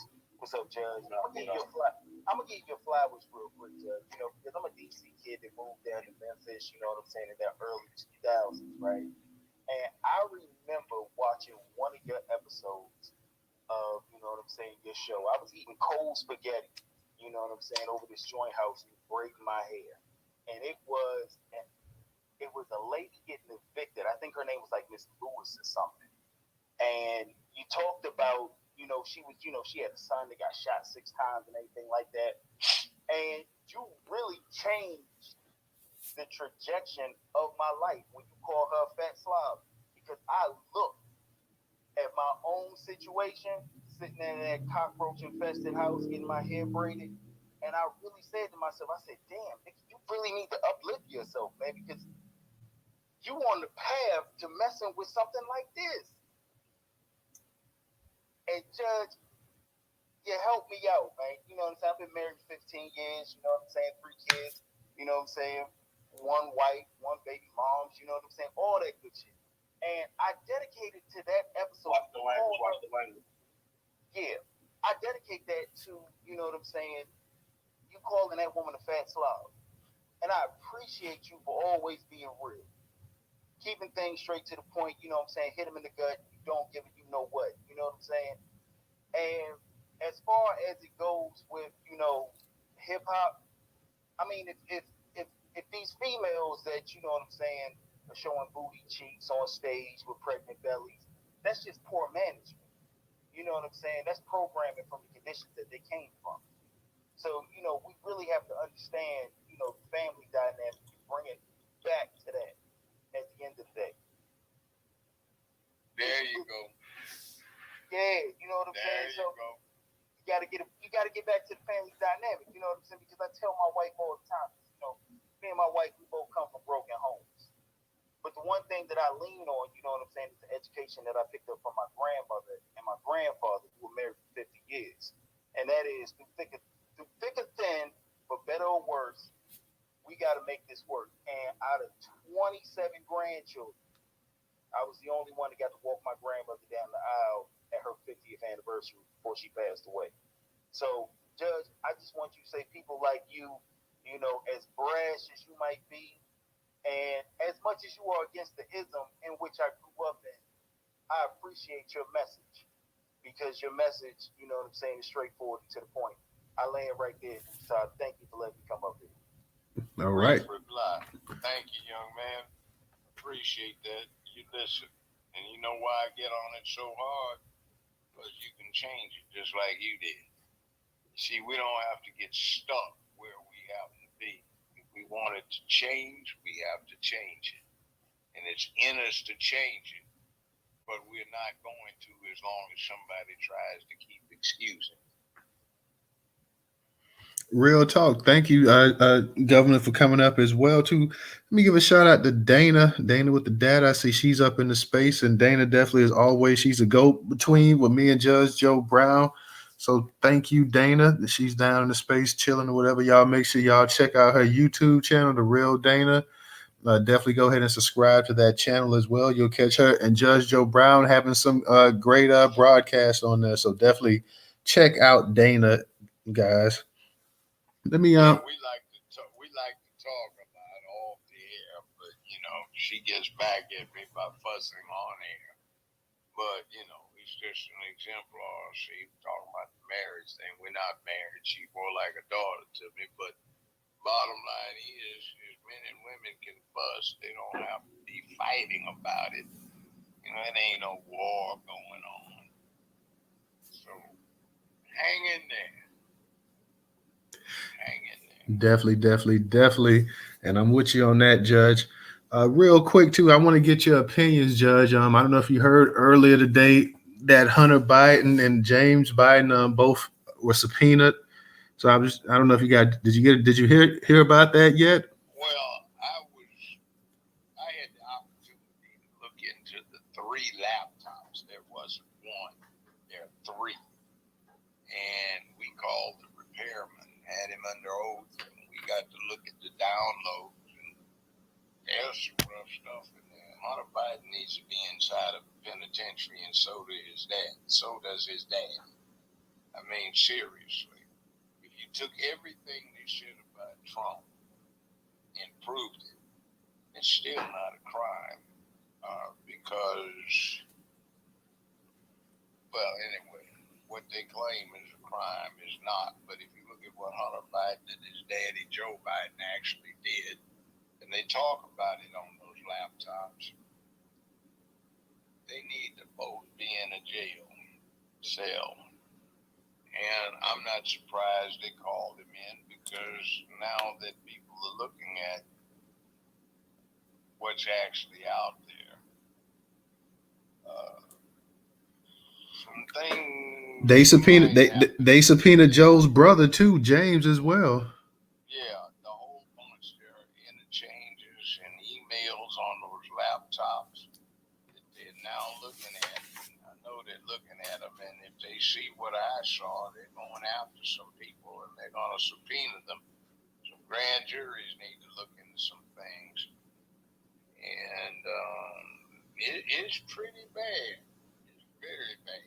So that's the relatives, Hillary Clinton, some other people in there, Chinese representative, Ukraine gas and oil place, the boxes of documents in the garage behind the vet that the current president was telling his son to have his people go visit and look at. Oh, it's pretty bad. Pretty bad in some of the video stuff, including, and I don't know how this crackhead got this stuff, the White House tapes, which aren't just like they were during the Nixon administration where they were voice only. These have the video. And some of that's pretty damning. But let's see if justice takes its course. Absolutely, absolutely. Shout out to your cuz Ray. He's in the space as well too. I see Ray down there. Ray, what's going on, cuz? Still in the Navy. Shout out to him. There you go. Shout out to Ray. Shout out to everybody that's in the space tonight as well too. DJ, go ahead and unmute your mic. Yeah, for sure. So, Judge, back to what we were just saying about, like, what Freeman was saying about the music and what can we do. So, my whole point is, Freeman, is that, you got to kind of make it your business, like Judge saying, to, go out here and find these artists and give them a platform. If you build it, they will come. So that's what I do. I know I'm a musician. I got 30 years on the books. I probably got the same time in music as Judge got being on the bench. Real talk, you know what I mean? But at the end of the day, when you got these white public institutions like Spotify, who now just changed the game again, where artists definitely ain't getting paid now. You're definitely not getting paid, bro. If I gotta reach a certain threshold, regardless how good my music is, 100,000 songs come out of my not rocking with the machine. Ain't nobody gonna hit your music. I don't care how fire and good the message is. It don't matter because ain't nobody supporting. You know what I mean? Think about it, Bob. Go ahead, Chuck. 30-something years ago, a guy named Randy Wade, the players wound up calling Big Daddy, though he wasn't tall. And myself, we were trying to work with some NBA players and say, look, this contract thing that you guys are into, well, actually, it's been more than 30 years ago, about 35. We said, look, this contract thing that you guys are into, you need to stand together because there's some people that bought these 750 BMWs and stuff and they can't afford to miss any car notes. So the ones that are making the big money, you need to subsidize the ones that are not. You need to stick with this before they screw you. But they didn't. And they got screwed in terms of a cap on salaries for the organizations and a bunch of other stuff. And they still haven't quite recovered from that then. Now, but you guys have to stand together, support each other, and it's for a limited purpose. It's not political. It's just the business of doing entertainment. And say, look, we're not going to provide you with anything if you don't give us something coming back.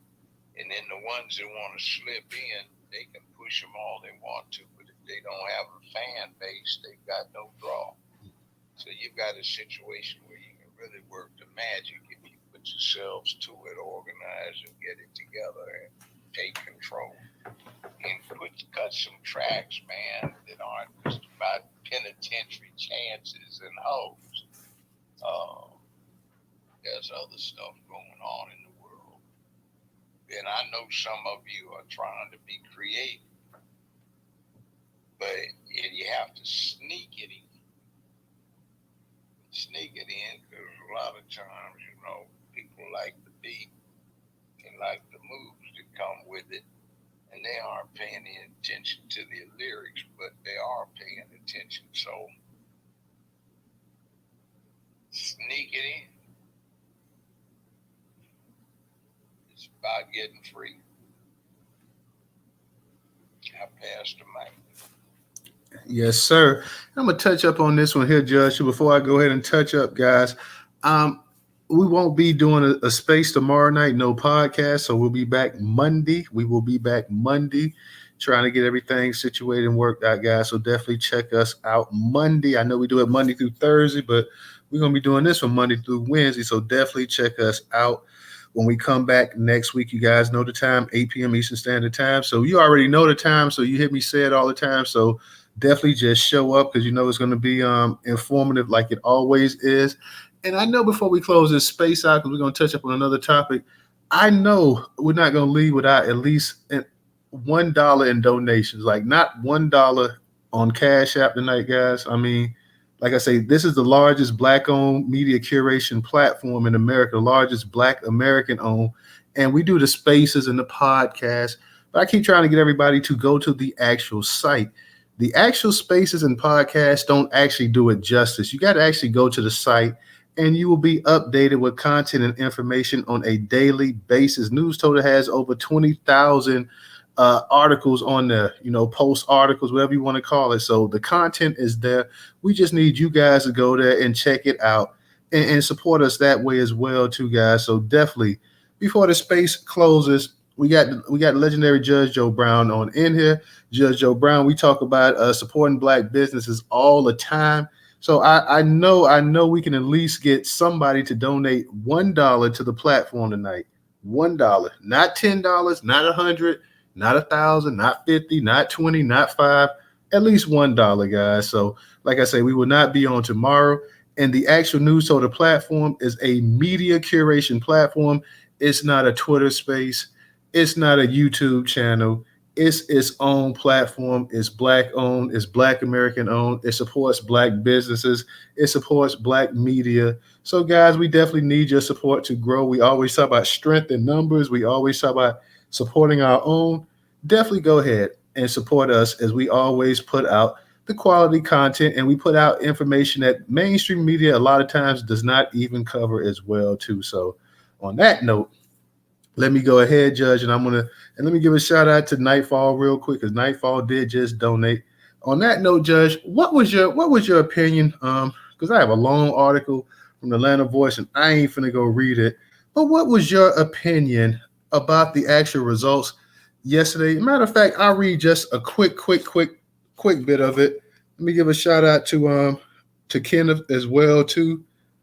And this is from the Atlanta Voice, one of our curation partners in Atlanta. As we told you last night, we got him in Cali, we got him in New York, we got him in Texas, we got him in Florida, we got him in Georgia, we got him all over the place. But nonetheless, it says takeaway from elections in Virginia, Ohio, Kentucky, and more. For all the soundboard and fury around Tuesday's elections, there was one clear signal: abortion rights are politically popular no matter where or when they're on the ballot. And that, no matter how you slice it, is good news for Democrats as the parties plot their strategies ahead of the 2024 elections. Governor Glenn Youngkin, the Virginia Republican who believed he could crack one of the most intractable issues in American politics with the promise of reasonable abortion restrictions, will not lead GOP-controlled legislation in the Commonwealth, which denied the party control of the state Senate and put a swift end to both his plan for a 15-week abortion ban and rumors he might pursue a 2024 presidential bid. Meanwhile, voters in Ohio decisively said they wanted a constitutionally protected right to abortion with the passage of a ballot measure only a few months after they rejected another measure that would have made it harder for them to shield abortion rights. And in Kentucky, the Democratic governor defeated his Republican challenger, state attorney general with close ties to former President Donald Trump and Senate Minority Leader Mitch McConnell, after a campaign in which abortion became a flashpoint. Retaining control of the Virginia State Senate completed a hat trick of invigorating results for Democrats who have endured a dispiriting week with multiple polls, including one from CNN that showed President Joe Biden could face an uphill fight against Trump in the 2020 rematch in 2024. As Ohio goes, so goes the nation. Tuesday's night election results probably won't change the equation for Biden in 2024, given Ohio's recent presidential electoral history. But how about Senator Sherrod Brown? The Ohio Democrat faces a difficult re-election run next year, but outcomes from the Buckeye State may give him a boost. Already a proven political winner for the Democrats, abortion rights further solidified their place as a driving force in next year's election when voters in Ohio, an increasingly conservative state, voted twice for Trump, passed a ballot measure on Tuesday enshrining them in the state constitution. Red, blue, and purple states alike have all greenlit similar proposals, solidifying a trend that defies partisan expectations and could have an outsized influence on next year's federal elections. In the end, though, Ohio Republicans might have gotten off easy. The referendum took place now during an off year with no voting for statewide office or president. Other state Republican parties might not be so lucky. In Arizona, activists are gathering signatures for a 2024 ballot initiative that will ask voters a similar question to Ohio this year, a development that already has Republicans fretting. Tuesday night's result in Ohio should scare everyone Republican in the state where an abortion question is on the ballot in 2024. Arizona Republican strategist Barrett Morrison told CNN abortion initiatives are both driving turnout among Democrats and forcing Republicans to talk about an issue which they are on the wrong side of the electorate. A handful of potential swing states, including Pennsylvania, Iowa, Florida, and Colorado, could have abortion right measures on their ballots alongside the presidential candidates next year. The Youngkin 2024 bandwagon ran off the road on Tuesday when Virginia voters denied the governor and his party the legislative majorities they craved. That means no 15-week abortion bans, which he backed as a reasonable solution that, in his telling, was going to douse the rage of Americans who disagreed with the Supreme Court decisions to overturn Roe versus Wade last year. It also likely puts to bed rumors that he has always insisted he had no ambitions to move north of Virginia will attempt a late entry in the 2024 GOP presidential election. The logic there turned on the governor's ability to craft a coalition that included far right, center right, and the pure centrist swing voter, or something akin to what won him the governor's mansion in 2024. But with CNN projecting Virginia Democrats will retain control of the state Senate and flip the House of Delegates, Youngkin's power appears to have met its limit. So I'll just because it's still pretty long, but I'll just end it right there. So I want to get your opinion on those results from yesterday, Judge Joe Brown. It seemed like abortion was a major player in a lot of these local elections and stuff. And we had a space yesterday. We was talking about the actual polls 2024, where they're saying that you have something in some of these swing states, like 22% of the actual registered black voters seem to be moving towards Trump. Of course, a lot of Democrats felt that yesterday, was a day of reckoning for them as they were able to hold on and do pretty well in these elections. What's your opinion about the results from yesterday and going forward into 2024? One of the dumbest stunts I've ever seen in my long life is what the U.S. Supreme Court did, acting with complete political naivety when it came to Roe v. Wade last year. That was absolutely ridiculous. Now, they should have left it to the states. They didn't. And they took a single issue and they basically galvanized opposition. They're still feeling the fallout. I predict there will be continued fallout. It wasn't a disaster. The Republican Party has to distance itself from that and understand that the American public, the will of the public is, it ain't gonna be like that. Now, that said, there are some issues that the Republicans can turn to their own advantage, and one of them is the disenchantment of the black man with Joe Biden. Racist, low-down, urban trailer park trash Joe Biden. And if they are too stupid to turn that to an advantage, I will lose a lot of respect for them, because it's there to be done. It's just come off of this stuff where you're going to say we're going to impose our will on the people, whether they like it or not. And that's just like the Democratic Party saying we're going to impose these sissies on you, whether you like it or not. And we're going to turn your children into booty busters. are suckers, bee suckers. We're into the 6 B's, and that's not cool. That's somebody's business if they want to float that way. But we don't need to allow that to be taught in school. Not at all. Now, to understand that, we've got a problem here. On one side, we've got the women who want to be in charge of their bodies, the way they look at it. And we've got the refusal of mainstream media to betray their own, and so many of them are co-runners in the same bed with each other.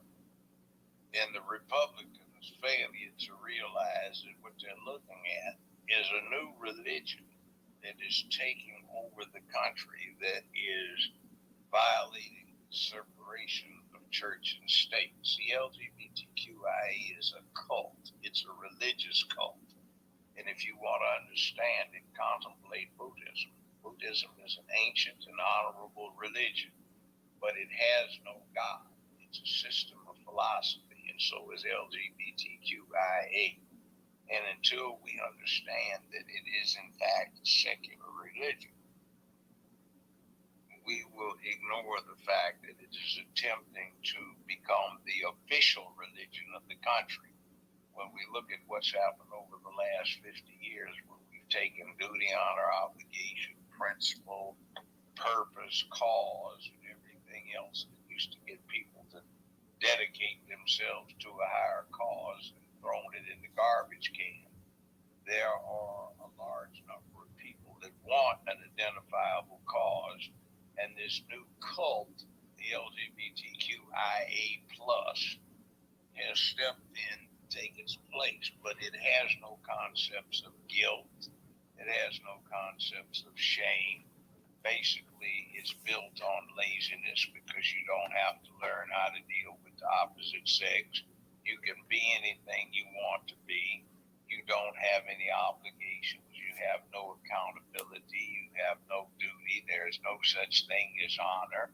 I have encountered situations where they're actually teaching now, you don't have to be a hero. It's okay to be a coward, and to be a hero is somehow or another some kind of wrong. And you get all of these things that are counter principles to the ones that humanity has moved from cave to condo with.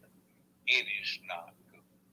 So please, Republican Party, will you get off of where you're going right now and start looking at the big, where you can defeat these sissified idiots who want to turn the country into an emasculated little circus.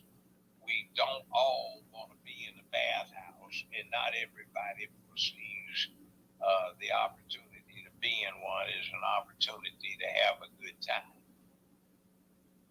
Now, that said, it is what it is. I'm surprised, though, that the public stayed as blue as it did, but it's kind of the predictable results re-emphasized of the impact of messing with Roe v. Wade. And is a flashpoint with the ladies. Say it fits right in with, what is it, slut hip hop. Don't be slut hip hop. You get knocked up sometimes. So if you get knocked up, you don't want to have the consequences staring you in the face for 18, 19, 20, 35 years. Then they want Roe v. Wade reestablished, and that's what you're going to get. You have a dead-end situation right now where at this point in time you oppose it any further than the U.S. Supreme Court did with its very apolitical movement in that direction. Now, I'll pass the mic. All right. Thank you, Judge Joe Brown. I guess that'll pretty much, you pretty much summed up everything that we could pretty much think of tonight. You was on topic on everything. We talked about the, of course, the slut rap. We talked about the situation, the unfortunate situation with the syphilis, how it's affecting the poor infants coming into the world. We talked about, of course, we just talked about the takeaways from the election yesterday, and You touched up on the Hunter Biden situation. If anybody wants to say something real quick, I'll let you guys say something real quick up in here. If not, Judge Joe Brown, he's had a long day, so we're gonna go ahead and let the judge go. We definitely let me give a shout out real quick to 400 as well too. Thank you 400 for always supporting as well too. Appreciate you brothers always. Thank you for your donation. But if anybody wants to say something real quick, we'll allow you to come up here. It'll be really really quick because like I said, we're not gonna keep the judge in here. He's been in here long enough. I'll just be real quick. So election night, right? So hanging out with great auntie, Big Mama, taking her to the store, making her, she get everything she needs to make Thanksgiving dinner, right? So we talking about politics, yada yada, and she was like, man, these jokers is taking over here. So I'm kind of like plugging things in her ear so she could listen and see for herself. So now she kind of like understanding it, I guess. So she's like, man, I don't care what's going on. Y'all youngest got to get it together, man. Y'all better make sure y'all go vote, because I'll be damned if I have one of these others represent me. These jokers is everywhere, you know what I mean? So I said, hey, you right, auntie. So, hey, you heard the phone, the elders right there. I got to go out there and get it in with this voting and make sure these others, a.k.a. with the folks we delineating from, don't get in office, because you don't represent you. Go ahead. So when I went to go vote, almost forgot yesterday too, by the way. So I made it there, 750 on the nose. You know what I mean? Luckily the OG elders and they know who I am. You know what I mean? So it's all good. Vote, I said I wasn't gonna vote. You know what I'm saying? Other than I'm just here to check any questions or whatever the case be on the ballots. Because sometimes I don't ever really get a chance to look at the pre-ballot they sent to the house or whatever, just to make sure there's a difference. So I said, damn, as I'm looking at the names, I know these names. I'm not voting Democrat, but it's like, I ain't got a choice. Look at these other names up here. You know what I'm saying? On the ticket. And I don't know any of these people. You know what I'm saying? On the Republican side, never even heard of them. You know what I mean? And they're supposed to be representing Essex County. Oh, hell no. You know what I'm saying? I see a lot of Jose's up in there, a lot of Chans, a lot of white names. I'll just stick to the normal stuff. So I just pulled the vote blue no matter who moment, y'all. So I got to apologize. All this stuff. The last shit. See, it was in my head talk. Go ahead, Trey. Man, go. Look, you notice what we talked about earlier. The Jewish community has got the Republican community supporting Israel, whereas the Democratic Party is supporting, to a great extent, Hamas. Now that's flipping the script. That's because the Jewish community just said, we'll hold our nose, and they have been not voting for the Democratic Party just to punish them. We have to do that. In other words, what other ethnic groups do is they just go down the ballot, and if it says Democrat, they vote against it. Don't care what, because, hey, it doesn't get much worse than it already is. And you just vote against the party that's in power who has done nothing. And you send a message, and that message is loud. And if they lost the black vote, they have a problem. Now, remember, in the second decade of the 19th century, the Democratic Party was chartered, founded, for the specific purpose of protecting slavery and spreading it into the new territories. 1851, the Republican Party was chartered for the specific purpose of ending slavery. So, if you want to understand something, you have to understand its origins to see where it's coming from, no matter how much it morphs in the future. Look at its origins, and that says a great deal about it. So keep that in mind, and do not be afraid. I understand what you did, brother. I'm not going to be against you for that, but next time, just hold your nose and say, if it says Democrat, say no. Like they say, just say no to drugs. Keep in mind. I'll say this, Judge. I didn't go across the line. I didn't go across all the way. Okay. So I'm only halfway there. Okay, just keep in mind, when you do not vote for the Democratic Party, you're not voting for trannies. You're not voting for grooming the kids. You're not voting for emasculation. You're not voting for slut hip hop. You're not voting for disrespect for womanhood and childhood. You're not voting for anti-manhood.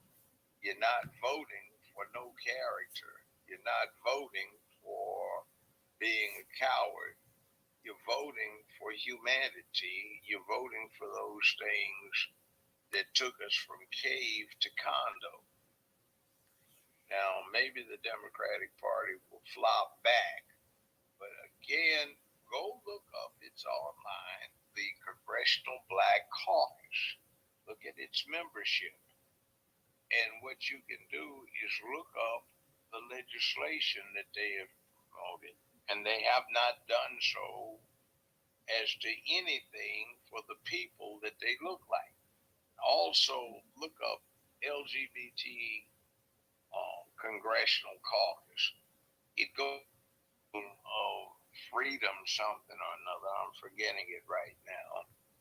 But when you look it up, you will find that damn near every member of the Black Caucus is also a member of that gay caucus. Now, I'm not getting on gays. I'm getting on LGBTQ as a cult.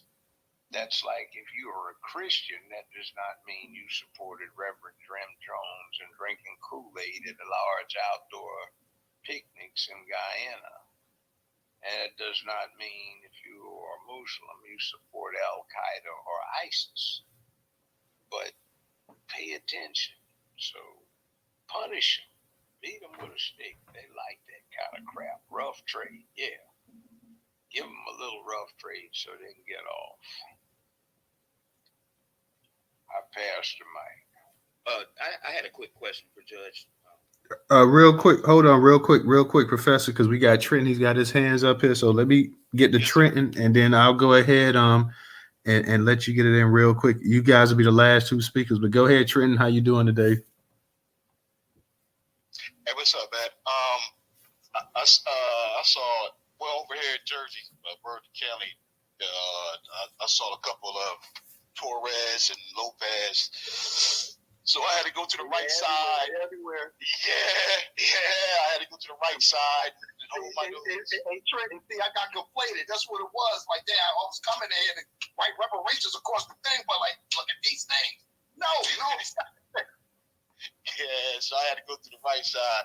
You know, across the bridge over there in Philly, they got the black mayor over in Philadelphia. So you know where the black mayor, what comes with that. I don't know if Philly is sanctuary city, so they might be sanctuary over there next. So yeah. So like I said, I saw a couple Torres on the blue side, and I just had to hold my breath and go to the right. That's all I had to say, bro. All right, appreciate that, Trenton. Professor Allen, go ahead and unmute your mic. Okay. Good evening, Your Honor. I was taught. You were talking about the Supreme Court decision with Roe versus Wade. When I in con law in law school, I was taught that the Supreme Court can't make sua sponte decisions without with certiorari. You know what I'm saying? My question to you is, how did they make that decision without like sua sponte? Is that the first time that's ever happened? And how did they do that? How did they just make that decision by themselves? Sua sponte means on their own initiative without anybody asking. Yeah, they can do that. They make the rules. Nobody put the rules that they had to have this, that, and the other. That's from the Supreme Court. See, the very first case they heard, 1793 to 92, was what does the common law mean in terms of the Sixth Amendment, which says any matter tried before a jury upon the common law shall not be heard on appeal except upon application of the common law. Okay.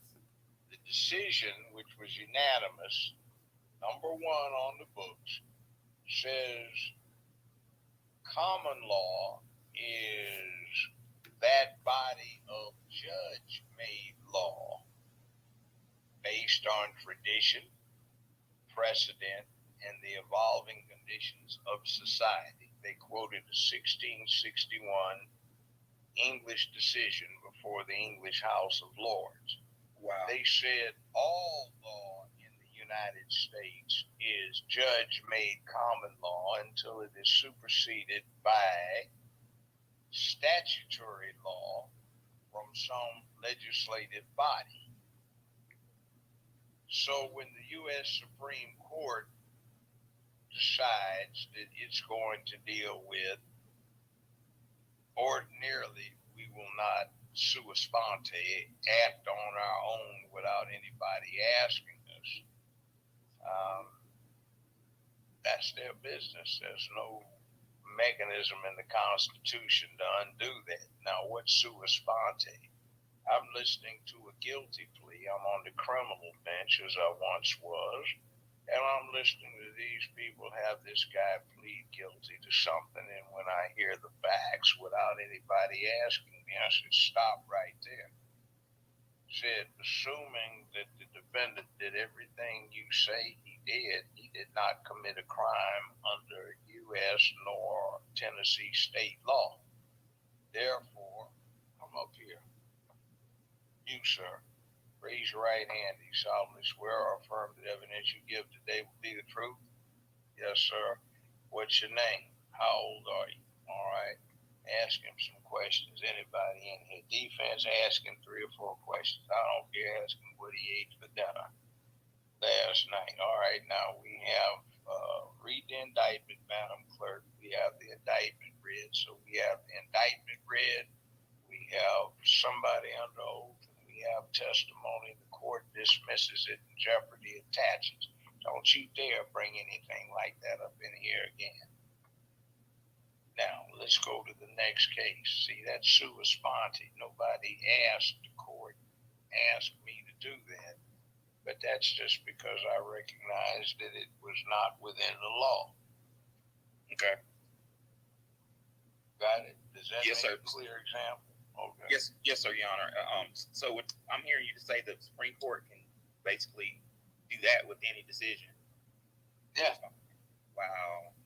They set the common law for the United States of America. They set the precepts. And I know a lot of conservatives talk all kinds of ignorant nonsense when they say, we need the original intent of the Constitution, not all of this judge-made law. Well, the very first case by the first U.S. Supreme Court said all law is judge-made until it is superseded by statutory law compounded by a legislative body.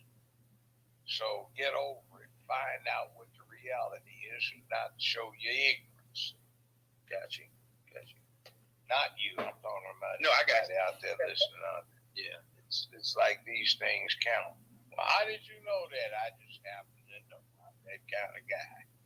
Yeah, you can go look it up if you want to. Where does it say that? I just told you. Wow. So the Supreme Court has no check. No, there's none. Wow. Man, we live in interesting times, Your Honor. I met you. Well, it's not bad because you see, technically, you're supposed to have these very mature, very learned, very wise people on the U.S. Supreme Court. You notice how they get them so young these days, and they don't have a lot of experience as trial lawyers. They certainly don't have a lot of experience as persons, where they have had ordinary people on the other side of their desk to deal with. You used to have governors like Earl Warren, that they used to want to impeach because he was for civil rights.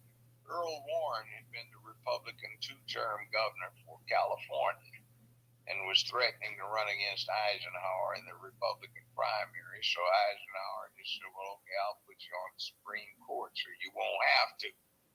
But you see, it's people who had experience, long experience working with other people.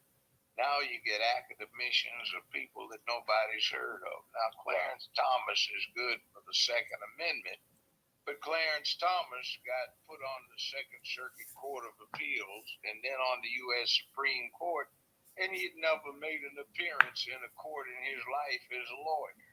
Wow. What's the new Kanye? What's her name that scratches her head and didn't know what a woman is? You know, she doesn't have that kind of experience either. None of them do.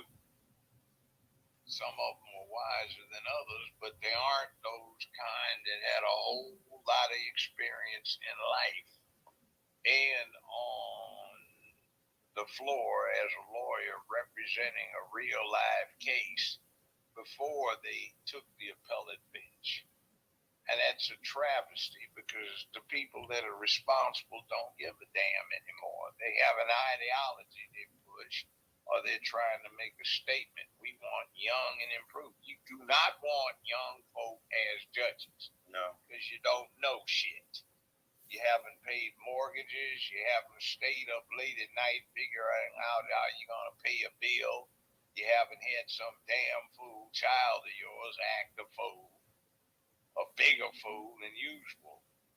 You see, you haven't had these problems that you have. You haven't had 50 cases that you've had to resolve with the same kind of issues and 117 on another type, 335 on another that you've had to resolve with. You've gotten everything out of a book. And it's like this. If you had to go to a doctor, would you want to go to one that had never been an intern or a resident in the hospital and only got what he got out of a book? Hell no. Not at all. And that's what you get on these appellate benches. They're supposed to be the senior doctors in the house, and not a damn one of them has had a patient. Wow. Not many of them. Well, that's all I had, Your Honor. I appreciate it. I met you at Grandview Heights Middle years ago. Oh, okay. Yes, sir. I was born in D.C. myself, so anyway. Okay. All right. Well, I appreciate it. Yes, sir. Thank you for the question. It was a good one. No. Yes, sir, Your Honor. Righty. I guess on that note, Judge, I want to go ahead and thank you. Give you a special thanks for once again coming out to the space. I know it's been a little minute, and I know you had to. You were preparing for your campaign and everything, so I was glad to get you back up in here. It's over now. I didn't win. It's whatever it is. They got a little sissy in there now. Been bought off. Yeah. They asked me would I help, and I said, hell no, I'm not becoming part of that crook thing. But I tell you something else, more important. We have this matter of taste. And some things are tastier than others. And I have to announce that I have gotten into the taste business. Judge Joe Brown, JJB. And what did I get into? Barbecue, BBQ. So JJBBBQ.com. Go there and order some. It'll soon be on the shelves where you are. It's out on the West Coast in the stores. But get you some JJBBBQ.com. It's good stuff. It's been winning a lot of taste tests. It's the best you've ever had. We have seasonings. We have sauce, hot and mild. We've got chicken links, beef links, Beyond Beef, vegan stuff that's delicious, and it's smoked, raw, hot, mild, and for the ladies out there, we get it put up by the only female-headed, black-owned, USDA certified meat packing plant in the country, and it's in Compton, California. Now, we're also collaborating with a beautiful sister, Michelle Dukes, who has some smooth bourbon, and she's the only black woman that's got a distillery. There's another woman with a distillery, but hers, one that works with us, is called Poppy's, PAPI''S, and it's based on a recipe her moonshining granddaddy from Mississippi came up with. It's smooth like water. So check it out. Tiffany Haddish is a business partner of mine. So Oh, okay. So Tiffany's she's a business partner? Yeah. Oh, okay. BBQ.com. Barbecue. The best you can do. You be the boss of the sauce. And you be the judge as to whether or not it's the best you've ever had. Because it certainly ain't bad. JJBBBQ.com. Barbecue for me and you. All right. Right there. And Judge, like I said, I'm gonna go ahead because I'll be jumping on the grill and whatnot. And I said I was gonna get it, and I meant to get some too, but I'm definitely gonna get some. I definitely got to get the sauce. You said you got seasoning and everything else as well too. Yeah, we have packages where you get a little bit of everything. Okay. I'd suggest at least a 3-pack because the 1-pack we're running into shipping cost problems where the shipping is almost more than the sauce. So get you a 3-pack. You'll go through it. And by the way, Bloody Marys are good for the morning after an adventuresome night. But we've got a hot Mary. Instead of getting tomato juice or V8 juice, you get our barbecue sauce. You add a bit of vodka and ice and some celery, and you have yourself a hot Mary. It's a decent drink. Absolutely. So, and let me say one thing real quick. Hey, Judge, you handle your shipping situation by actually including the shipping in with the price. So you're most likely going to have to raise your price. Inflation is messing up everything. But what you should really do is contact the postal service and ask them. We've gone beyond that, but the shipping is not the same going to the East Coast as it is to the West and the rest of the country. Right. So, now, I have the same problem. Because I've been doing e-commerce for over a decade. So when I ship up to California, it's twice the price, depending on what you ship. Yeah. So what I'm saying is the shipping cost. We don't get any of the shipping costs. That's what you have to pay. But the shipping cost for 3 bottles is just about the same as it is for 1 bottle. So, in other words, the shipping costs are going to be the same as the product. Right. Now, we also just sent a big shipment off to Amazon who will be carrying. That's what's up. Congratulations. All right. So, yeah, I signed a contract with them. So, they just got their shipment off. So, we're filling orders, and we've got grocery stores that just recently placed some big orders. So, as we fill them, you should be finding them on the shelves. It goes Sprouts, Whole Foods, Kroger, Walmart, Boys Market, Ralph's, this whole 9 yards and some other entities as well. So look for it or order it, get it brought to your door so you don't have to go adventure out and run into somebody playing thug when you don't feel like being bothered with it. all right. Y'all definitely go out there and support George and buy some of his barbecue products as well too. On that note, guys, we're gonna get ready to close the space out. Once again, special thanks to the Judge Joe Brown for coming up in here. Shout out to Dana for hollering at the judge to go ahead and check his schedule out so we can go ahead and get him up in here. Judge, we got to try to get you back up in here pretty soon. We can't go 2-3 months. We got to try to get you up in here at least once or twice a month if we can. I know you're busy, but everybody loves having you up in the space. So I'll definitely check your schedule, check with Dana and see exactly when the next time we can get you up in the space as well too. So all right, I gotta go to Sheriff and Judge Joe. Call me when you can, since I'm the one that ran. I'm out of here. yes, sir. Judge, I just tagged you on something. I just hit you with a tag, so go ahead and check that out. Go ahead. Good night. All right, sir. All right. Good night. Peace. And we'll see you guys Monday. Everybody take care. Have a good and safe weekend as well, too. Happy Veterans Day to all of the veterans who served the country. You guys make sure you take care. Have a safe weekend once again. We'll see you guys Monday night. Thanks. Peace, peace. Shout out to Ray Professor and Brother Moko serving the country. Appreciate you. You too, Joe. Shout out to everybody on YouTube. Peace. We'll see you guys.